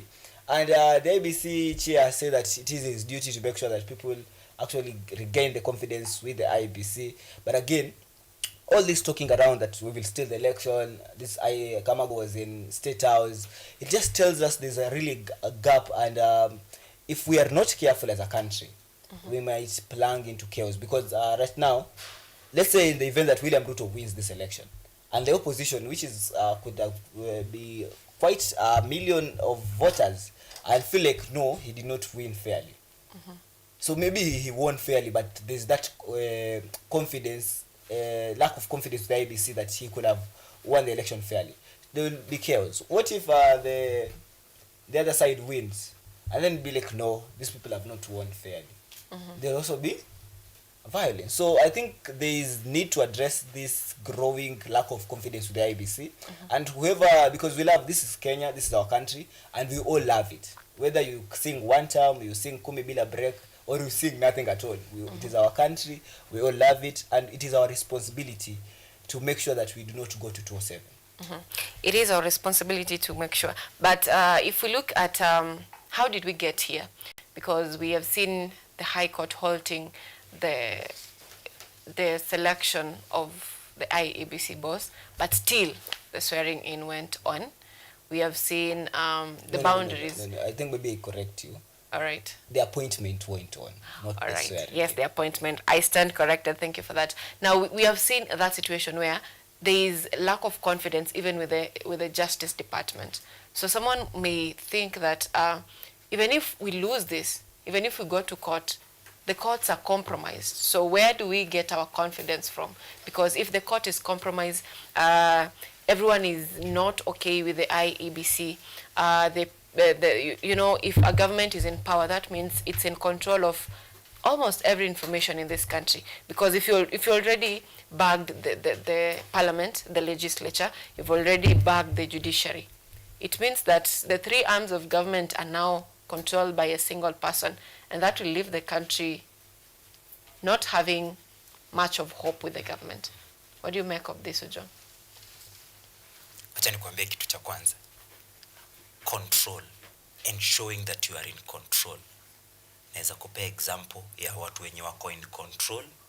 Vitu zinawaendea mrama but wanaonyesha wako in control, and the whole world is seeing wako in control. You see Chelsea on the FIFA in 2022. We did not celebrate them except their 12 fans and all what one do the. Then, come 2025, Chelsea takes on PSG, and everyone knows that Chelsea is the same team. Watatandikwa na waimbe juu wao ni wasanii. You know, Chelsea are artists. Cole Palmer anaweza amua leo anawaekea kipindi. Akishafanya hivi, anaset tu mabao, mnashangaa. Yeah, ni rogi ama ni skill. So they win that golden trophy after thrashing PSG 3-0 in first half, and no one speaks about it. Jana tuliangalia kwa magazeti. I talked with my producer Ryan Gure, who is a fan of Chelsea, and I asked, why do you think the papers don't have that? Akasema maybe itakuja leo. I see the Standard, they are talking about Aldrin Kibet. Now, those people are in power and in control. It doesn't matter whether we hate them or not, they have won. President Ruto is not in control. On the boardroom, anawauliza, hey, wase, tutadu. Mtu wa kwanza kuinua mkono inakuwa ni Sudi. Yeye anaingia anasema, hawa watu wakishinda watatufunga. So kura zisipotosha tutaiba. The second person kuinua mkono inakuwa ni mbunge wa Tiati, William Kamket. Kamket have never been seen as a symbol of peace. Uko Baringo, especially maeneo ya Tiati, William Kamket is known for fueling violence. He's the same guy who promised Kenyans that he will ferry guns from the rural areas uko Ushago atuletee huku. And then we keep asking what happened in Sabasaba days, whereas the people of Kahawa West wanasema hao wenye waliingia huko wakalut au guns sio wa huku. Watu wa Muranga wanasema the same. These people don't even know Kikuyu. Hao ndo watu wanapeana solutions kwa President Ruto of how he is going to win. Others ni hao wenye wameandikwa katika gazeti la Daily Nation. How is that being in control? How is that being in power? No one should lie to people that this election looks like that of 2007. It doesn't. This election is a collection of lessons from 1992, when the current President Ruto was in YK92 and did whatever they did and won. We know that, we have learned about it, we are still 70%. Millennials plus Gen Z combined. Ruto atati. 1997, Ruto was still there and he defied the odds when he told President Moi, as a youth, he told President Moi, I'm going to win the Eldoret North MP. And he won. A youth just like us with nothing, he won against his godfather, political godfather, the late President Moi. 202, he still hung somewhere. We are learning. In the year 205, when ODM was born, after Raila Odinga departed ways with Mwai Kibaki, the political temperatures were not like today's. Kibaki was not being hated on the virtue of how he has killed youths. No, it was pure political. So in 207, the war was not if Kibaki is a one term. It was Kibaki tena. Not the diction. There is one term, you must go home, and there is tena. Vis-a-vis the kumi bila break. Kumi bila break sounds dictatorial. It's a must. You give me the second term. That's why they are saying Moi was there for over 24 years. The predecessor of Moi took us from 0 to 15 years. Why our son? Why after even hata hakumaliza mwaka alikuwa shaanza kuambiwa, hey, Ruto must go, Ruto must go. Ruto must go has not started today. But you see, amidst all this, we are saying that he's in control and he's in power. Let me tell you about someone who is in control and who is in power in terms of speech. Listen to President Trump when he's talking or addressing Ukraine, Russia, and Israel, the Gaza war. And look, and vis-a-vis it with the President Ruto when he is launching affordable housing. During President Ruto's launch of affordable housing, the conversation that gets on the headlines is of him ordering the police officers to shoot people in the leg. Rex Masai was shot in the leg and he died. So if you shoot a person in the leg, he can still die. If you think people will not die because of being shot in the leg, it means one, you are a hunter or a poacher and you are used to this. We've heard people talk about butcher. I may not talk about that because I don't know what they were talking about, but you cannot be in control if that's the conversation or the narrative you are having in an affordable housing launch. You send your lawyers. Why am I saying you send lawyers? Professor Kithure Kindiki is a professor of law. The CS Interior Murkomen is a law graduate. Sijui amefikisha wapi law yake juu lecturer wake alimkataa, alisema siamini manzi after hizo class zote tumepiga. You can talk like that. Yeye pia amesikika akisema akipeana order ya shoot. In fact yake ilikuwa na shoot to kill. They are saying if you are a violent protester, you be shot to death. Now, sikatai watu wako na miwani uona kama wale wengine hawaoni, but polisi wetu hawajui kupima ya ukweli kuongea ukweli. That's why anaweza eka gani hivi na ashuti mtu kichwa hapa hivi. It's the same person unaambia ati aim mguu. Anatoa wapi time ya kuaim na hajawahi pata? Anatoa wapi time ya kuaim wakati watu wanashutiwa hadi wakiwa kwa nyumba? Baby Pendo, a young girl, alishutua akiwa kwa nyumba. Mwenye alishindwa kuaim hapo hivyo ndo unaambia aim mguu. And then we say you are in control, you are in power. President Ruto is not in control as long as he is angry. He needs to sit down, have some self-reflection.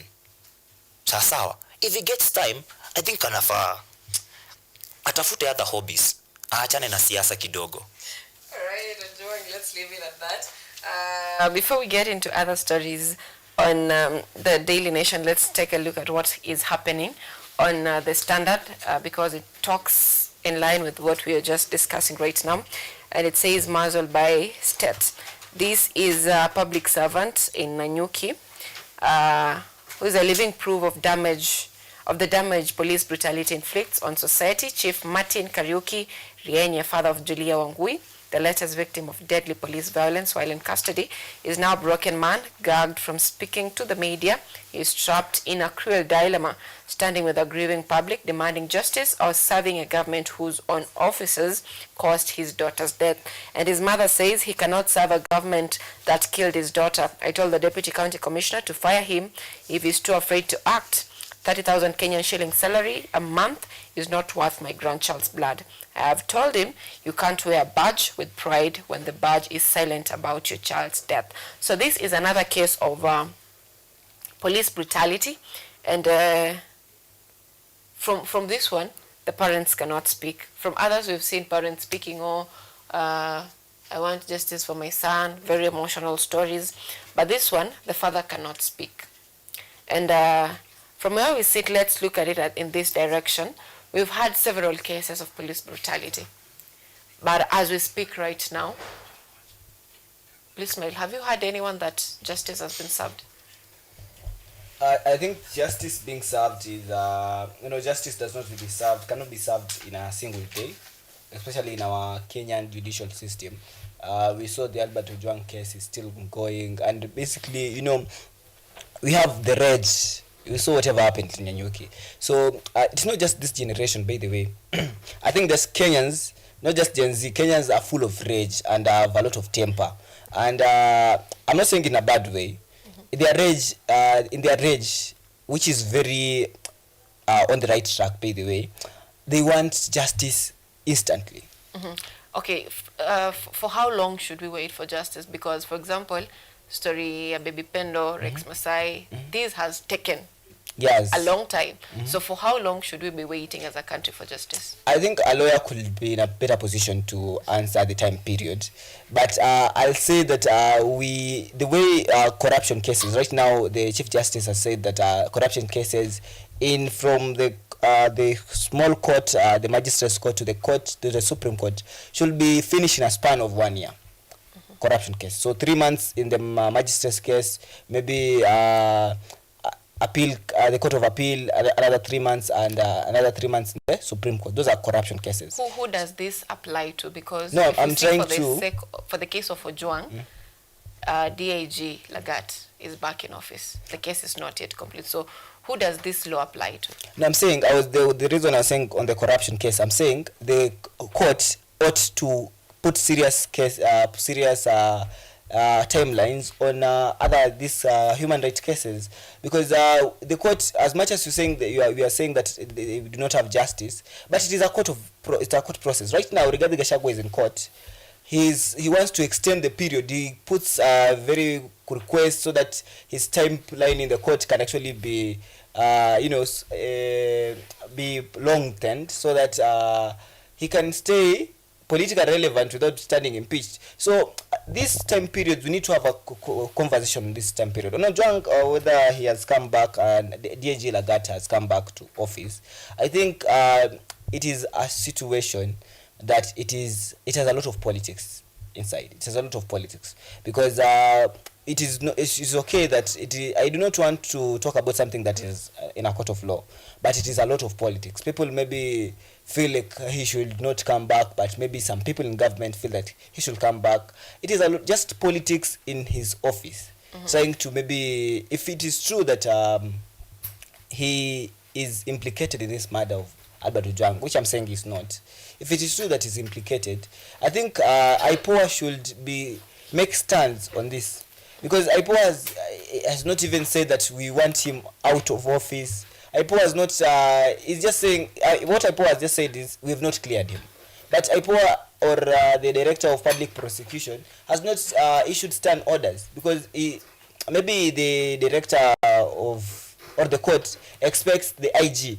Remember, there was that request for him not to be allowed to hold office, but the High Court declined. Yeah. So that means that proposal was also given. No, he was actually not bad from returning, not maybe him holding office, but from returning to work, because he stepped aside. Now he was supposed to come back after the court. Maybe there's not the investigation are going, but maybe he's not directly implicated in this matter. So he was supposed to return back. Now him returning back, there's an activist from the UK who petitioned at the High Court so that he cannot come back to office, of which the High Court said that he can actually come back to office. It's not that, but now to the legal part or the human rights part and where the justice part now. So you see, I think the Kenyan Constitution clearly stipulates that you are innocent until proven guilty. So I think we should give the benefit of doubt to the DIG. Benefit of doubt? You're seriously talking about benefit of doubt when you're talking about people's life? No, anyway, so far from where you sit, I asked a question. Is there any case that justice has been served? There are many cases that justice has been served. Maybe not popular cases. No, I'm not a lawyer or I'm not a representative. I'm not a representative of the court. But if you've been following the court cases, there's a lot of justice. When you say we do not have justice, it means that the judiciary is not supposed to be there. It is doing a lot of nothing, of which it is doing a lot of good work. Maybe it is not, the good work is not maybe publicized in the media, but there is a lot of justice that people are getting from the court of law. And if it is very good, or it is very much in order for people to lose faith in maybe the executive, but it is not very much in order in a constitution, a country that is governed by the constitution, for people to lose faith in the judiciary. That's the reason why everyone is going to court. If Ruto launches affordable housing levy, everyone is going to court. The court stops it. Everyone, in fact, the government and the court are like not brothers anymore. It is not like an arm, it's like a leg of the government now, because everything the Ruto says, it is going. Someone from nowhere goes to court, and there's an order stopping that thing to happen until it is listened. So I think that it is much in order for Kenyans to have faith in the judiciary. You just called Kenyans people from nowhere. No. Ojwang, Blue Smile is talking about it is not in people's domain, or it's the work of the judiciary to ensure justice is served. But the judiciary is acting against an arm of government, or the human rights groups. We have seen them complaining that they're underfunded. So that means their work is sabotaged. So how then do we move from here ensuring that we get justice? We, as a country, don't own our problems. Kenya, utapata mambo ya civic education, kujua sheria, hao yote tumeachia mawakili. Lazima wakili atuambie hapa ikoaje. But if we as the citizens take at least some initiatives kujua hizi vitu, then hata watu wangekuwa wanashikwa ovyo ovyo. For example, we all know that injustice anywhere is injustice everywhere. Whether it is in Nanyuki, a 24-year-old girl has been killed under the hands of those who sought to protect, to uphold, and to maintain law and order, then it is injustice even in here in Nairobi, the capital. Looking at the lady, maybe people like Blue Smile would have crossed paths and married. I'm just saying. But that has been stopped. That is injustice everywhere. 2, justice delayed is justice denied. Because justice is a feeling. It's about how I feel. I feel you've betrayed me. I feel you've robbed us. So, in the case of Mama Pendo from 2017 to date, she doesn't have justice. She doesn't feel it. You keep delaying it. You are denying it to me. We are having DIG, the standard saying embattled DIG walks back to office at a time when the case is still in court. Now, you are head of IPOA, Isaac Hassan, who is the former chair, IEC. So he knows if he rubs shoulders with politicians or the security forces, his security is at risk. How is he supposed to conduct free, fair, diligent, transparent investigations when the DIG, who had a case to answer here, is back in office as the DIG? The DIG answers only to Inspector General. Inspector General of Police does not answer to Ruto. He should answer only to Constitution and God. So this man is very powerful, the DIG Lagat, because I've heard even people say that he's more powerful than the IG. Reason being because he answers to the president. So as a sycophant and you are there, you will ensure that you guard your interests. So hizo evidence zinakuja unasema inaangalia nani? Inaangalia Muhwana, ya Muhwana inarushwa hapo hivyo mbele ya IPOA. Anasema kuna mahali Muhwana ametuma text inapanda hadi juu kwako afande. Sema hiyo choma. That's what will happen. That will be justice denied. You see, 3 million was given to the family of Albert Ojwang. On top of that, a house was constructed. But the family has been torn completely. The father and the bereaved, let's say, wife are not seeing each other eye to eye. The father is having a lot of depression because he was sent money and the money got lost. The family is torn. The mother is angry. So the mother is not talking to the father. The father is grieving also because this guy was living under that homestead. And because he was a teacher, he had visions to ensure that the life of his father in that compound changes. So he has lost too, whether he has gotten this money. On top of that money, people are calling it blood money. So hauna hata ile pride ukienda kununua hata soda ati ya kujiambia pole mtoto wangu alienda. Then online kuna vita. Eric Omondi and Hanifa wanapigana wakisema mmoja anaibia ule mwingine pesa. There is no even peace. And President Ruto is saying that the youth are not with him, but hao wazee wako na yeye. How are those wazee with him? Ingia na nyuki. Angalia sura ya huyu chief ambayo wanaongelelea the standard, wanasema muzzled by the state. Machifu wanakuanga mstari wa mbele kutupiga huko watu wakitokea maandamano, wakisema hapana, haiwezekani. And then mtoto wake anaangamizwa chini ya mikono ya polisi the same. Na mshahara yake ni 30 bob. Angalia venye hiyo familia 30k. Okay, ni 30k. 30k kwa huyu chief ni kaa 30 bob. 30k kwa tuna blue smile video mingi kiasi, but kwa huyu mzee 30k ni kaa 30 bob. And that's why the wife hapo hivyo anaitwa Susan Kiriga Rienye, the mother anauliza for what reason? Hana peace. Hiyo familia si imeenda yote, imeishia. Na bado tunasema justice, justice, justice. Justice kama haupewi time wewe mwenye umekosoa una consider it's time, then there is no justice. All right.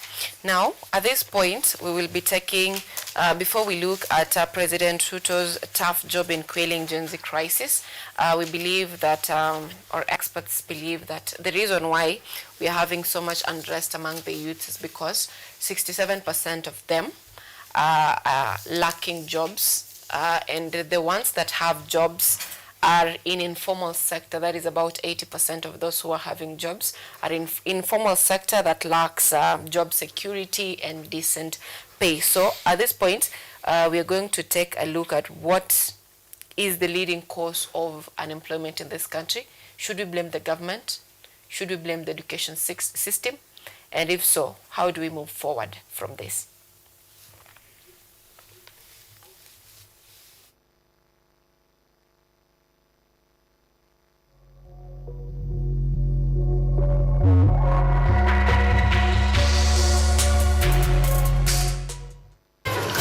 As humans, we often look for someone or something to blame for our misfortunes.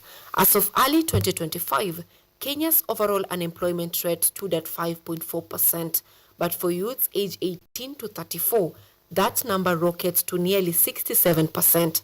A generation caught in limbo, too educated to settle, yet too idle to thrive. However, the current government denies the blame. We must tell each other the truth. Tuwache kuwachochea vijana wa Kenya. Kazi ya unemployment haikuanza wakati wa serikali hii. In fact, shida ya unemployment ni kwa sababu hatujakuwa na mpango ama taratibu ya serikali vile nimeweka, ndio tumekuwa na mrindiko mkubwa, a huge pile up of unemployed youth, because we have never had a comprehensive plan to make sure that young people have jobs the way we have it today. But what do experts have to say? Steve Muhunya, a seasoned educationist and curriculum consultant, says the real crisis lies deeper in a system that prioritizes theory over skill, paper over purpose, and even politicize and commercialize education.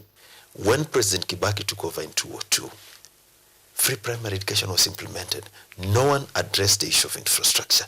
No one addressed the issue of student-teacher ratio.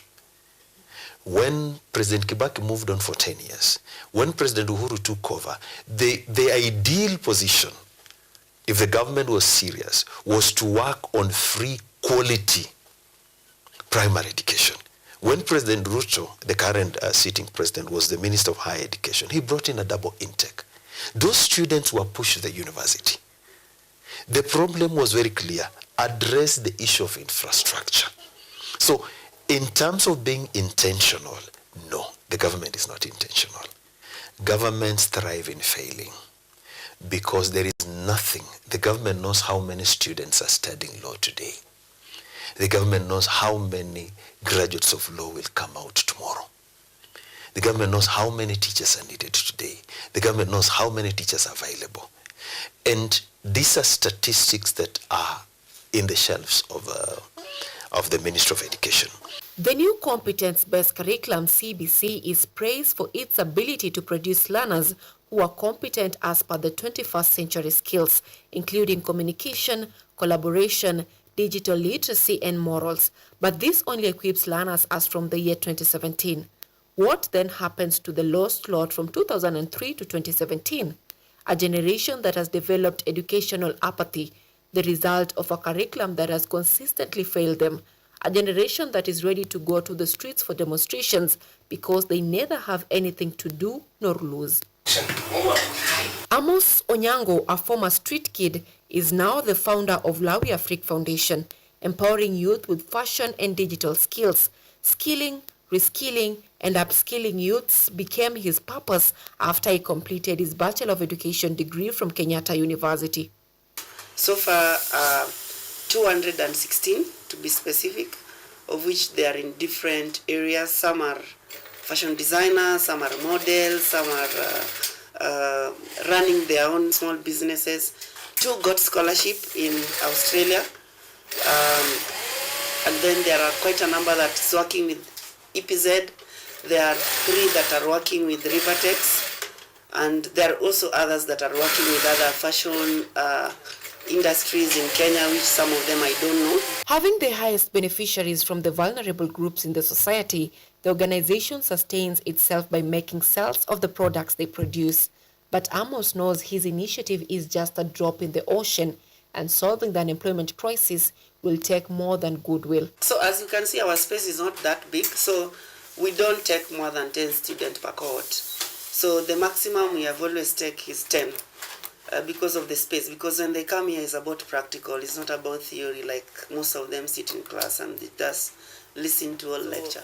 It comes on need basis, and also we balance. Remember, we also have student intern.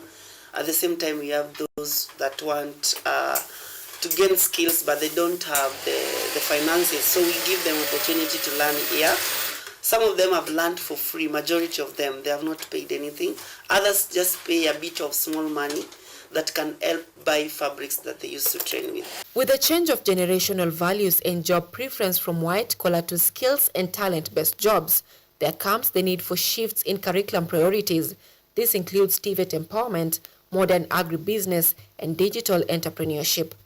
Previous years, the perception was not good. Young people used to value white-collar jobs. But now with this AI coming up, and also with the current generation, which are the Gen Z majority, things are changing. The perspective of how young people want to do things are totally different with the perspective of millennials, where they will want to sit in office, have a good tie, and dress well. The current generations love doing things with their hands. They spend most of their time in phones and doing a lot of research online. You don't need to change the system. You remove irrelevant content. Like if I'm being a doctor and the whole 4 years you are teaching me about the Mwene Mutapa kingdom, how is that going to help you? And even parents, are we able to identify these talents at a tender age? And once we're able to identify talents among us, our kids, and direct them appropriately, so that you don't waste a lot of money taking a student through the university education to be a banker when you know this is just an athlete. This is a musician, when you would have sent him after Form 4 to a music school. However, from the constant trend of dilution of content by the Ministry of Education, where subjects are combined, making them either too wide or lacking relevant teachers to handle the whole discipline, experts warn that the outcome of the current steps made to ease unemployment for the next generation may be jeopardized. Those who went to school in the 90s and 80s will tell you they did a lot of cooking in school, they did a lot of tailoring, they did a lot of animal husbandry. There was 4K club that was quite active.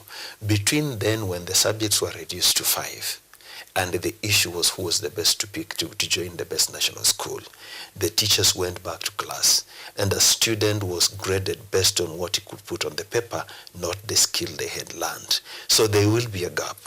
Organizations such as that can do a wonderful job to address the gap that was created between 2003 to 2017. Despite the setbacks, there remains a glimmer of hope, driven by individuals creating opportunities and by a shift in mindset valuing skills, innovation, and relevance. As Kenya faces its unemployment dilemma, the answer may not lie solely in government policy, but in the classrooms, workshops, and dreams of a prepared generation. ANYANGO Sylvia, KUTV. All right, now what we've just had was a an overview of what this country needs in order to create job opportunities. The president, from the snippet bite that we've had, says that mbona mnanilaumu mimi, hii ni mashida yenye niliwapata nayo, like you guys didn't have jobs when I was coming in, why are you blaming me for it?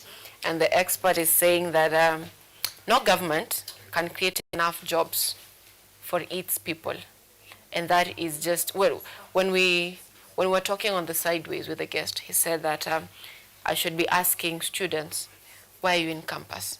If that student tells you that it's for me to get a job, tell that student wachana na hiyo masomo and atafuta biashara. An example was given of someone who has done matatu for 3 years, saved, bought his own car, and now he understands everything around matatus. And in like 10 years, when you are done with school, aliachia Form 4, you now become the manager of his matatus. The A-class students are employed by the D-class students or C-class students. So, and this has also fueled, the reason why we had that story is because we've had this regime really struggling with the Gen Zs and millennials. The lot that studied between 2003 and 2017, the ones that were competent, not competence-based, but outcome-based curriculum, where ukipata A, wewe ni ule mse. And those who studied 2 or 3 going backward, we've had most of them are plumbers, most of them are doing these manual jobs. But the lot from 2003 to 2017, ndio wenye wanaitwa maduanzi. Like what they know is formal jobs. And that is what is creating problems in our country. A generation that President Ruto now has to deal with. Now, before we get into Ruto's tough job of quelling Gen Z crisis, apart from the unemployment issue, what else do you think, Ojwang, is really fueling unrest and detest of government officials or politicians? The government and how it's handling our economic system is the root problem of all our issues as the youth of this country. Why? If the system is working right in this country, the society should not expect any graduate to go knock in search of jobs. That could happen to people of diploma and below who have invested their time in crafting. Maybe they are plumbing, maybe they are doing electric and electronic, hizo vitu zote. Maybe they are doing automotive and mechanical engineering, ile ya kutengeneza magari, diploma kurudi.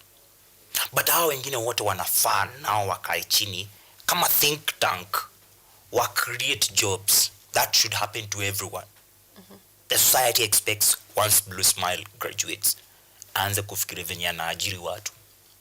That is why when you are in campus, you are supposed to have something of your own in terms of a company, in terms of a CBO, in terms of a self-help group, so that you can start providing solutions as you are learning, so that by the time you are graduating, provide.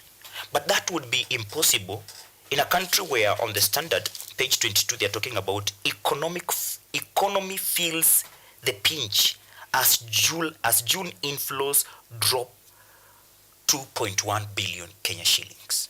Why? Because the country is not stable politically. The investors are busy running away instead of coming back. From whatever that happened during Sabasaba protests, we've heard investors saying they are relocating to other countries. And more people will lose jobs. We are talking about there are not enough jobs, more people will lose jobs. When goons are hired to go and destroy banking institutions, to go and destroy supermarkets, to go and loot, those people working in there will lose jobs too. Who is to blame? The government will take the blame, 70% for not taking control and being in power. Because being in power is not killing me. If you're shooting everyone. By 2027, we are a country of lame people.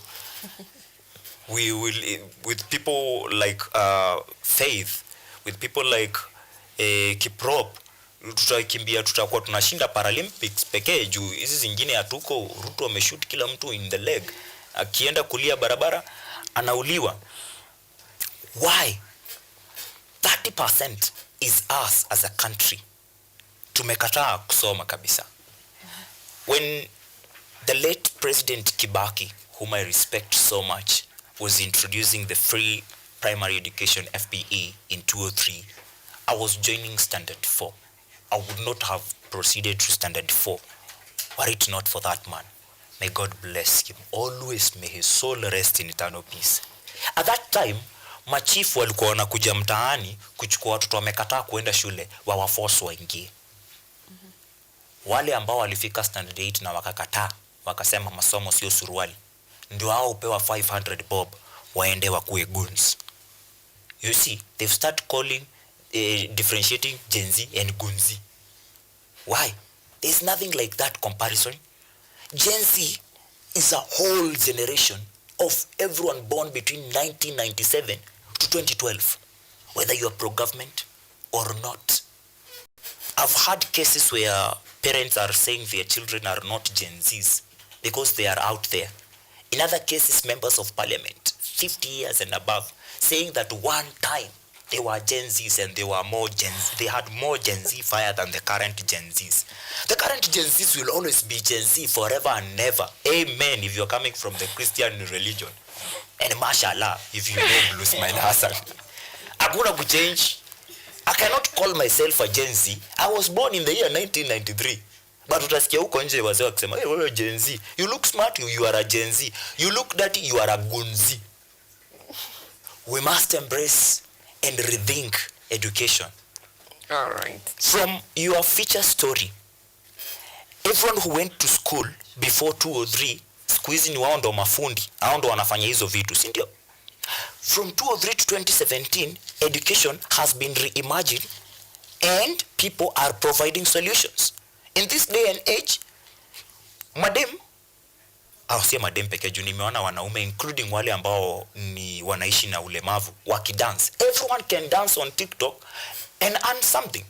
In a country where bado tunalia hakuna pesa. You know what, tunalia hakuna pesa, but you and I and him, we are still resilient, tunaonekana bado tuko. Wazazi wetu ndio wanalia zaidi. Juu sisi tumeweza kupenyeza kanjia kamoja kawili digitally upate kashilingi even when you are not employed. Everyone should gear all thoughts of education towards that level. Unajisaidiaje ndio uweze kusaidia wengine.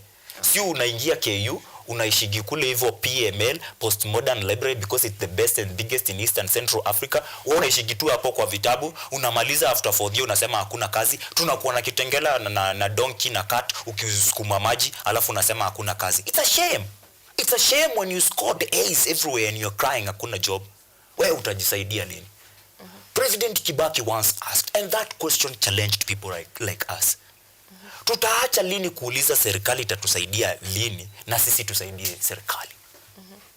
That's why there are people, others like me who are visually impaired, who are PWDs, but utasikia mtu huko nje akikuomba kachuani, akikuomba tu. So jua akikuangalia, anaona wewe unafaa unipe do, lakini pia wewe hauna. So, unaona?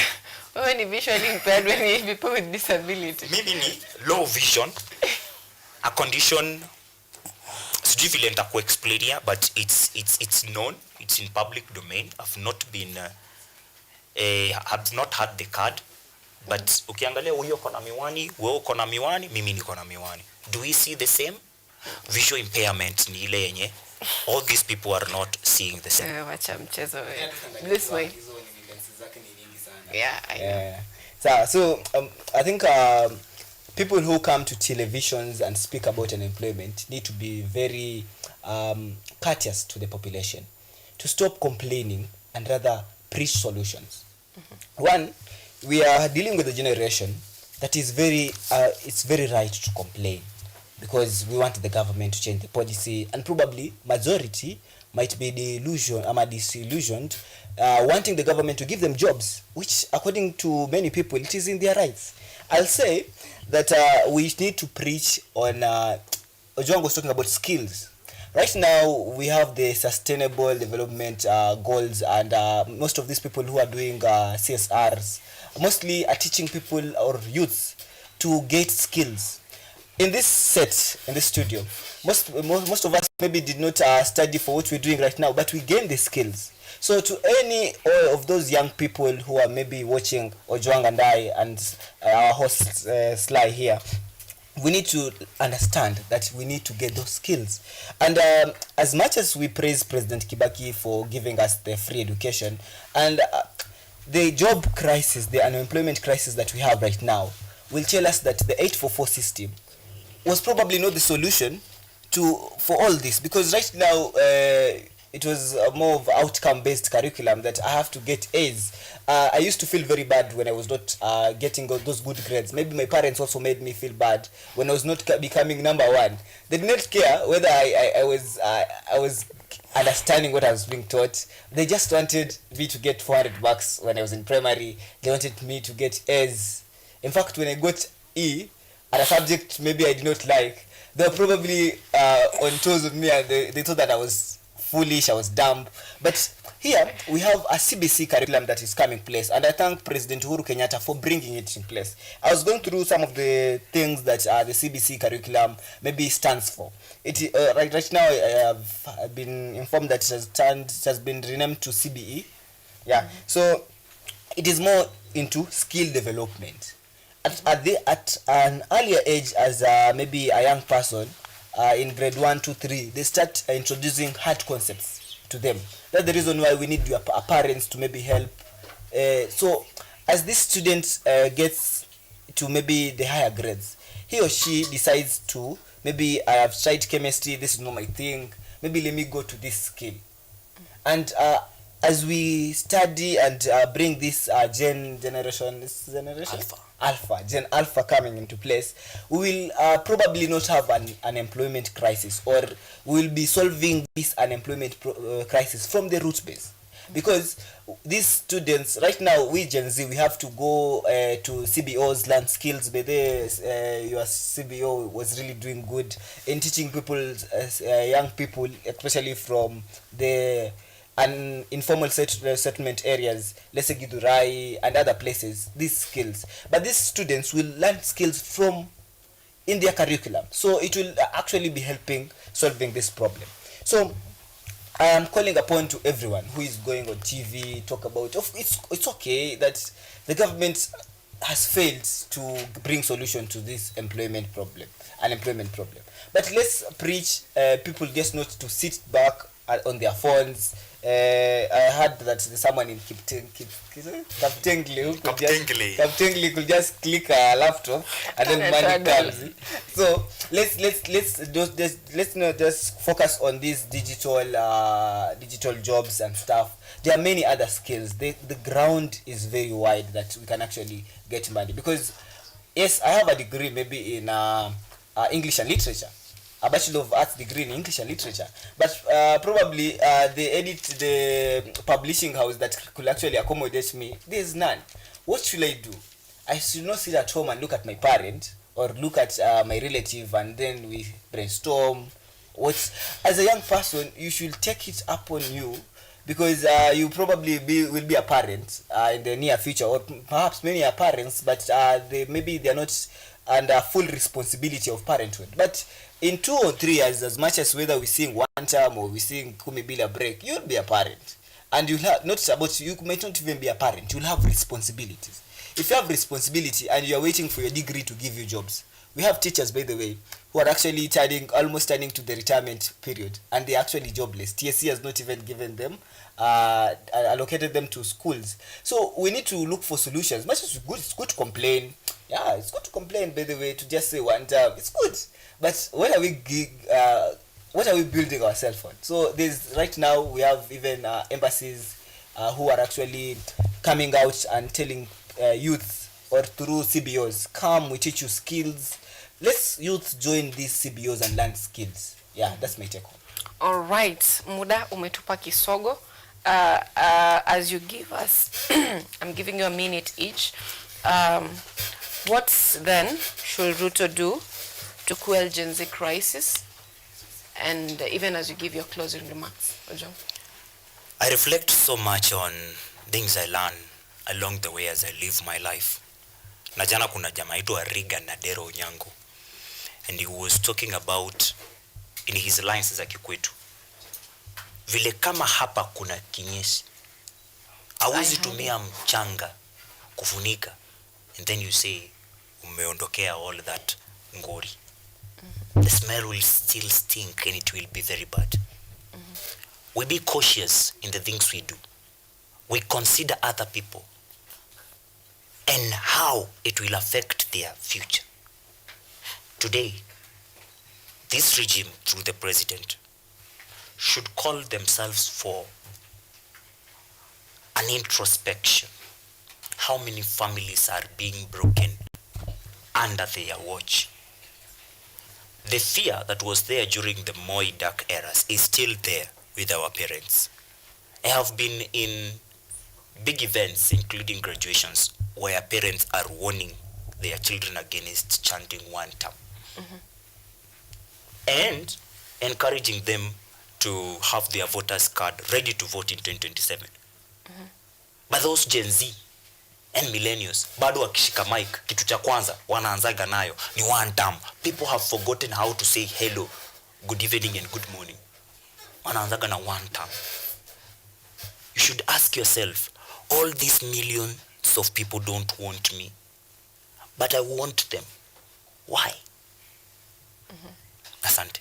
All right, thank you so much, Ojo. Just Mike? I'll say that the citizens of Kenya need to look back on what has happened in this country and decide that enough is enough. We need to have a dialogue. Less Raila Odinga is calling for.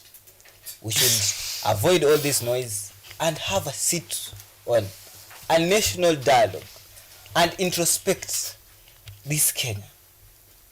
It is our country, either in the opposition or you are supporting the government.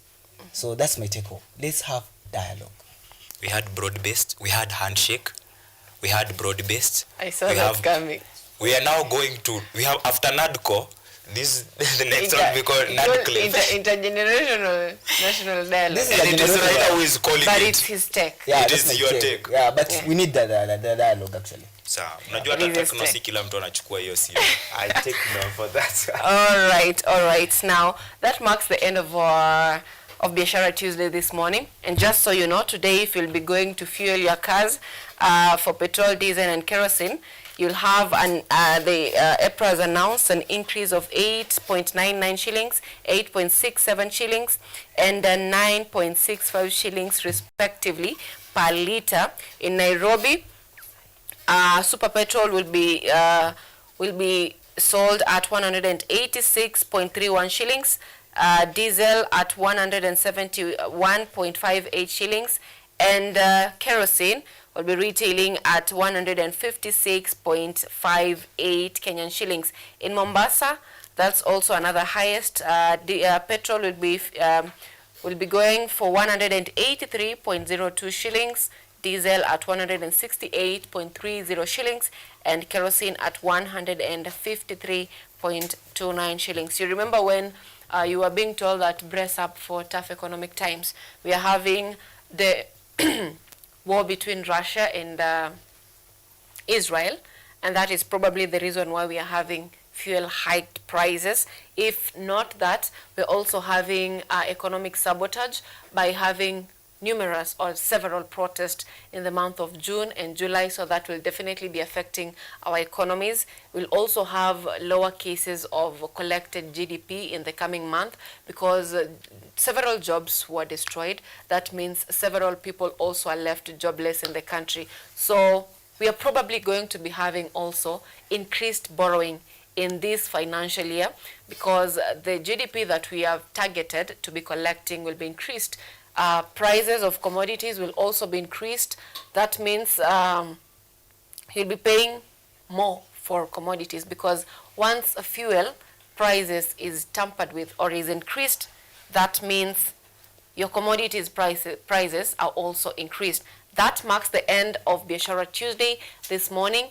Gentlemen, Thank you so much for making time for us this morning. Asante On sana. behalf of the whole production team, Rise Today, Biashara Tuesday, led by my producer ANYANGO, we thank you so much for being part of us this morning. Until next time, it's bye from us. Black market ama vile tumtani ita mbra neza kupitia leo nikuonyesha ile kitu chemgani ni boma jioni ama usiku ni laptop noma kifotini nchivi mawaya ziko na screen yake ni fiti zile CD change ulisema aje nitemtoa sound iweke kwa gari kwenye ufa na macrom technology noma iongeze iPod tit madisha wacha meze shavuta kio juku na moto taka kuonyesha